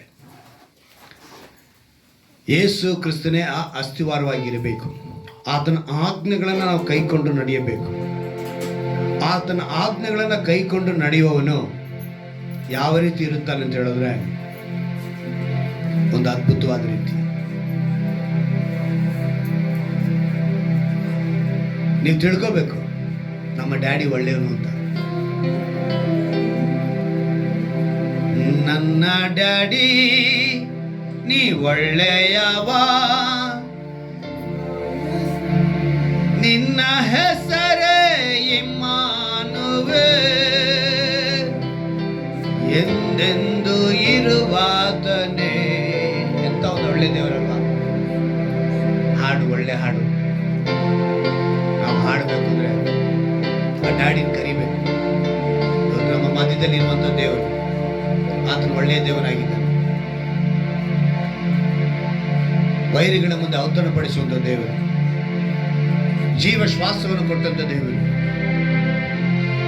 ಇರುವಾತನಾಗಿದ್ದಾನೆ. ನೀನು ನಾನು ಆರಾಧಿಸುವ ದೇವರು ಅಂತ ಒಳ್ಳೆಯ ದೇವರಾಗಿದ್ದಾನೆ. ನಿತ್ಯ ಜೀವಕ್ಕಾಗಿ ನಾವು ನಿಂತುಕೊಳ್ಳುವವರಾಗಿರಬೇಕು. ಶರೀರದ ಆಸೆಗಳನ್ನ ಬಿಟ್ಟುಕೊಡಬೇಕು. ಕಣ್ಣಿನ ಆಸೆಗಳನ್ನ ಬಿಟ್ಟು ಬಿಡಬೇಕು. ಬದುಕು ಬಾಳಿನ ಡಂಬವನ್ನು ಬಿಟ್ಟು ಬಿಡಬೇಕು. ಈ ಲೋಕವು ನಮ್ಮಲ್ಲಿ ಇರಬಾರದು. ನಾವು ನಮ್ಮ ನಂಬಿಕೆ ಆಗುವ ಪರೀಕ್ಷೆಯನ್ನು ಗೆಲ್ಲಬೇಕು. ತಾಳ್ಮೆಯಿಂದ ಇರಬೇಕು. ನಾನಾ ವಿಧವಾದ ಕಷ್ಟಗಳಲ್ಲಿ ಬಿದ್ದಿರುವಾಗ ಅದನ್ನು ಕೇವಲ ಆನಂದಕರವಾದದ್ದು ಎಣಿಸಬೇಕು. ತಾಳ್ಮೆ ಸಿದ್ಧಿಗೆ ಬರುತ್ತೆ. ಸರ್ವ ಗುಣವುಳ್ಳವರಾಗ್ತೀವಿ, ಏನೂ ಕಡಿಮೆ ಇಲ್ಲದವರಾಗ್ತೀವಿ. ಕಷ್ಟವನ್ನು ಸಹಿಸಿಕೊಳ್ಳುವನು ಧನ್ಯನು, ಅವನು ಪರಿಶೋಧಿತನಾದ ಮೇಲೆ ಜೀವವೆಂಬ ಜಯಮಾಲೆಯನ್ನು ಹೊಂದುವನು. ಇದನ್ನು ತನ್ನನ್ನು ಪ್ರೀತಿಸುವವರಿಗೆ ವಾಗ್ದಾನ ಮಾಡಿದ್ದಾರೆ ದೇವರು. ವಾಗ್ದಾನ ಹೊಂದಿರುವಂತ ನೀವುಗಳು ಇವತ್ತು ನಿಮ್ಮನ್ನು ಒಪ್ಪಿಸಿಕೊಡಿ. ಹೌದು ತಂದೆಯೇ, ಈ ಲೋಕವನ್ನು ಬಿಟ್ಟು ನಾವು ಬದುಕುತ್ತೇವೆ, ನಮ್ಮನ್ನು ಬಲಪಡಿಸಿ. ಹೌದು ಏಸಯ್ಯ, ಯಾರ್ಯಾರು ಈ ವಾಕ್ಯಕ್ಕೆ ಒಪ್ಪಿಸಿಕೊಟ್ಟವರಾಗಿ, ಈ ದಿವಸ ಕೇಳಿದ ವಾಕ್ಯಕ್ಕೆ ತಮ್ಮನ್ನು ಸಮರ್ಪಿಸಿಕೊಂಡವರಾಗಿ ಕಣ್ಣೀರಿಡುತ್ತಿದ್ದಾರೋ ಅವರೆಲ್ಲರಿಗೂ ಕೂಡ ಕರ್ತನೆ ಈ ಲೋಕವನ್ನು ಜಯಿಸುವಂತ ಆ ಬಲ ಯೇಸುವಿನ ನಾಮದಲ್ಲಿ ಉಂಟಾಗಲಿ ನಾವು ಪ್ರಾರ್ಥಿಸ್ತೇವೆ. ಈ ಲೋಕವನ್ನು ಜಯಿಸುವಂತ ಬಲ ನಮ್ಮ ನಂಬಿಕೆಯನ್ನು ನಾವು ನೋಡುತ್ತೇವೆ ರಾಜ. ಆ ನಂಬಿಕೆಗೆ ಆ ಪಾತ್ರರಾಗುವಂತ ಕೃಪೆ ಮಾಡಿ. ದೇವರ ಮೇಲೆ ಇರುವಂತ ಪ್ರೀತಿ, ದೇವರಿಂದ ಹುಟ್ಟಿರುವಂತದ್ದೆಲ್ಲವೋ ಲೋಕವನ್ನು ಜಯಿಸುತ್ತದೆ. ಲೋಕವನ್ನು ಜಯಿಸುವಂಥದ್ದು ನಮ್ಮ ನಂಬಿಕೆಯನ್ನು ನಾವು ನೋಡುತ್ತೇವಪ್ಪ. ಆ ನಂಬಿಕೆಯಲ್ಲಿ ಬೇಡಿಕೊಳ್ಳುತ್ತಿದ್ದೇವೆ. ಇವತ್ತ ಜಯಶಾಲಿಯಾದ ಬದುಕು ನಾವು ಬದುಕುವಂತೆ, ಯಾವಾಗಲೂ ಗೆಲ್ಲುವಂತವರಾಗಿ ನಮ್ಮ ಬದುಕಿರುವಂತೆ ಕೃಪೆ ಮಾಡಿಕೊಡು. ನಿಮ್ಮ ನಾಮದಲ್ಲಿ ಬೇಡುತ್ತಿದ್ದೇವೆ ರಾಜ. ಇನ್ನು ಮುಂದೆ ನಮಗೆ ಸೋಲಿಲ್ಲ ಕರ್ತನೆ. ಇದು ಕರ್ತನು ನೇಮಿಸಿದ ದಿನವಾಗಿದೆ.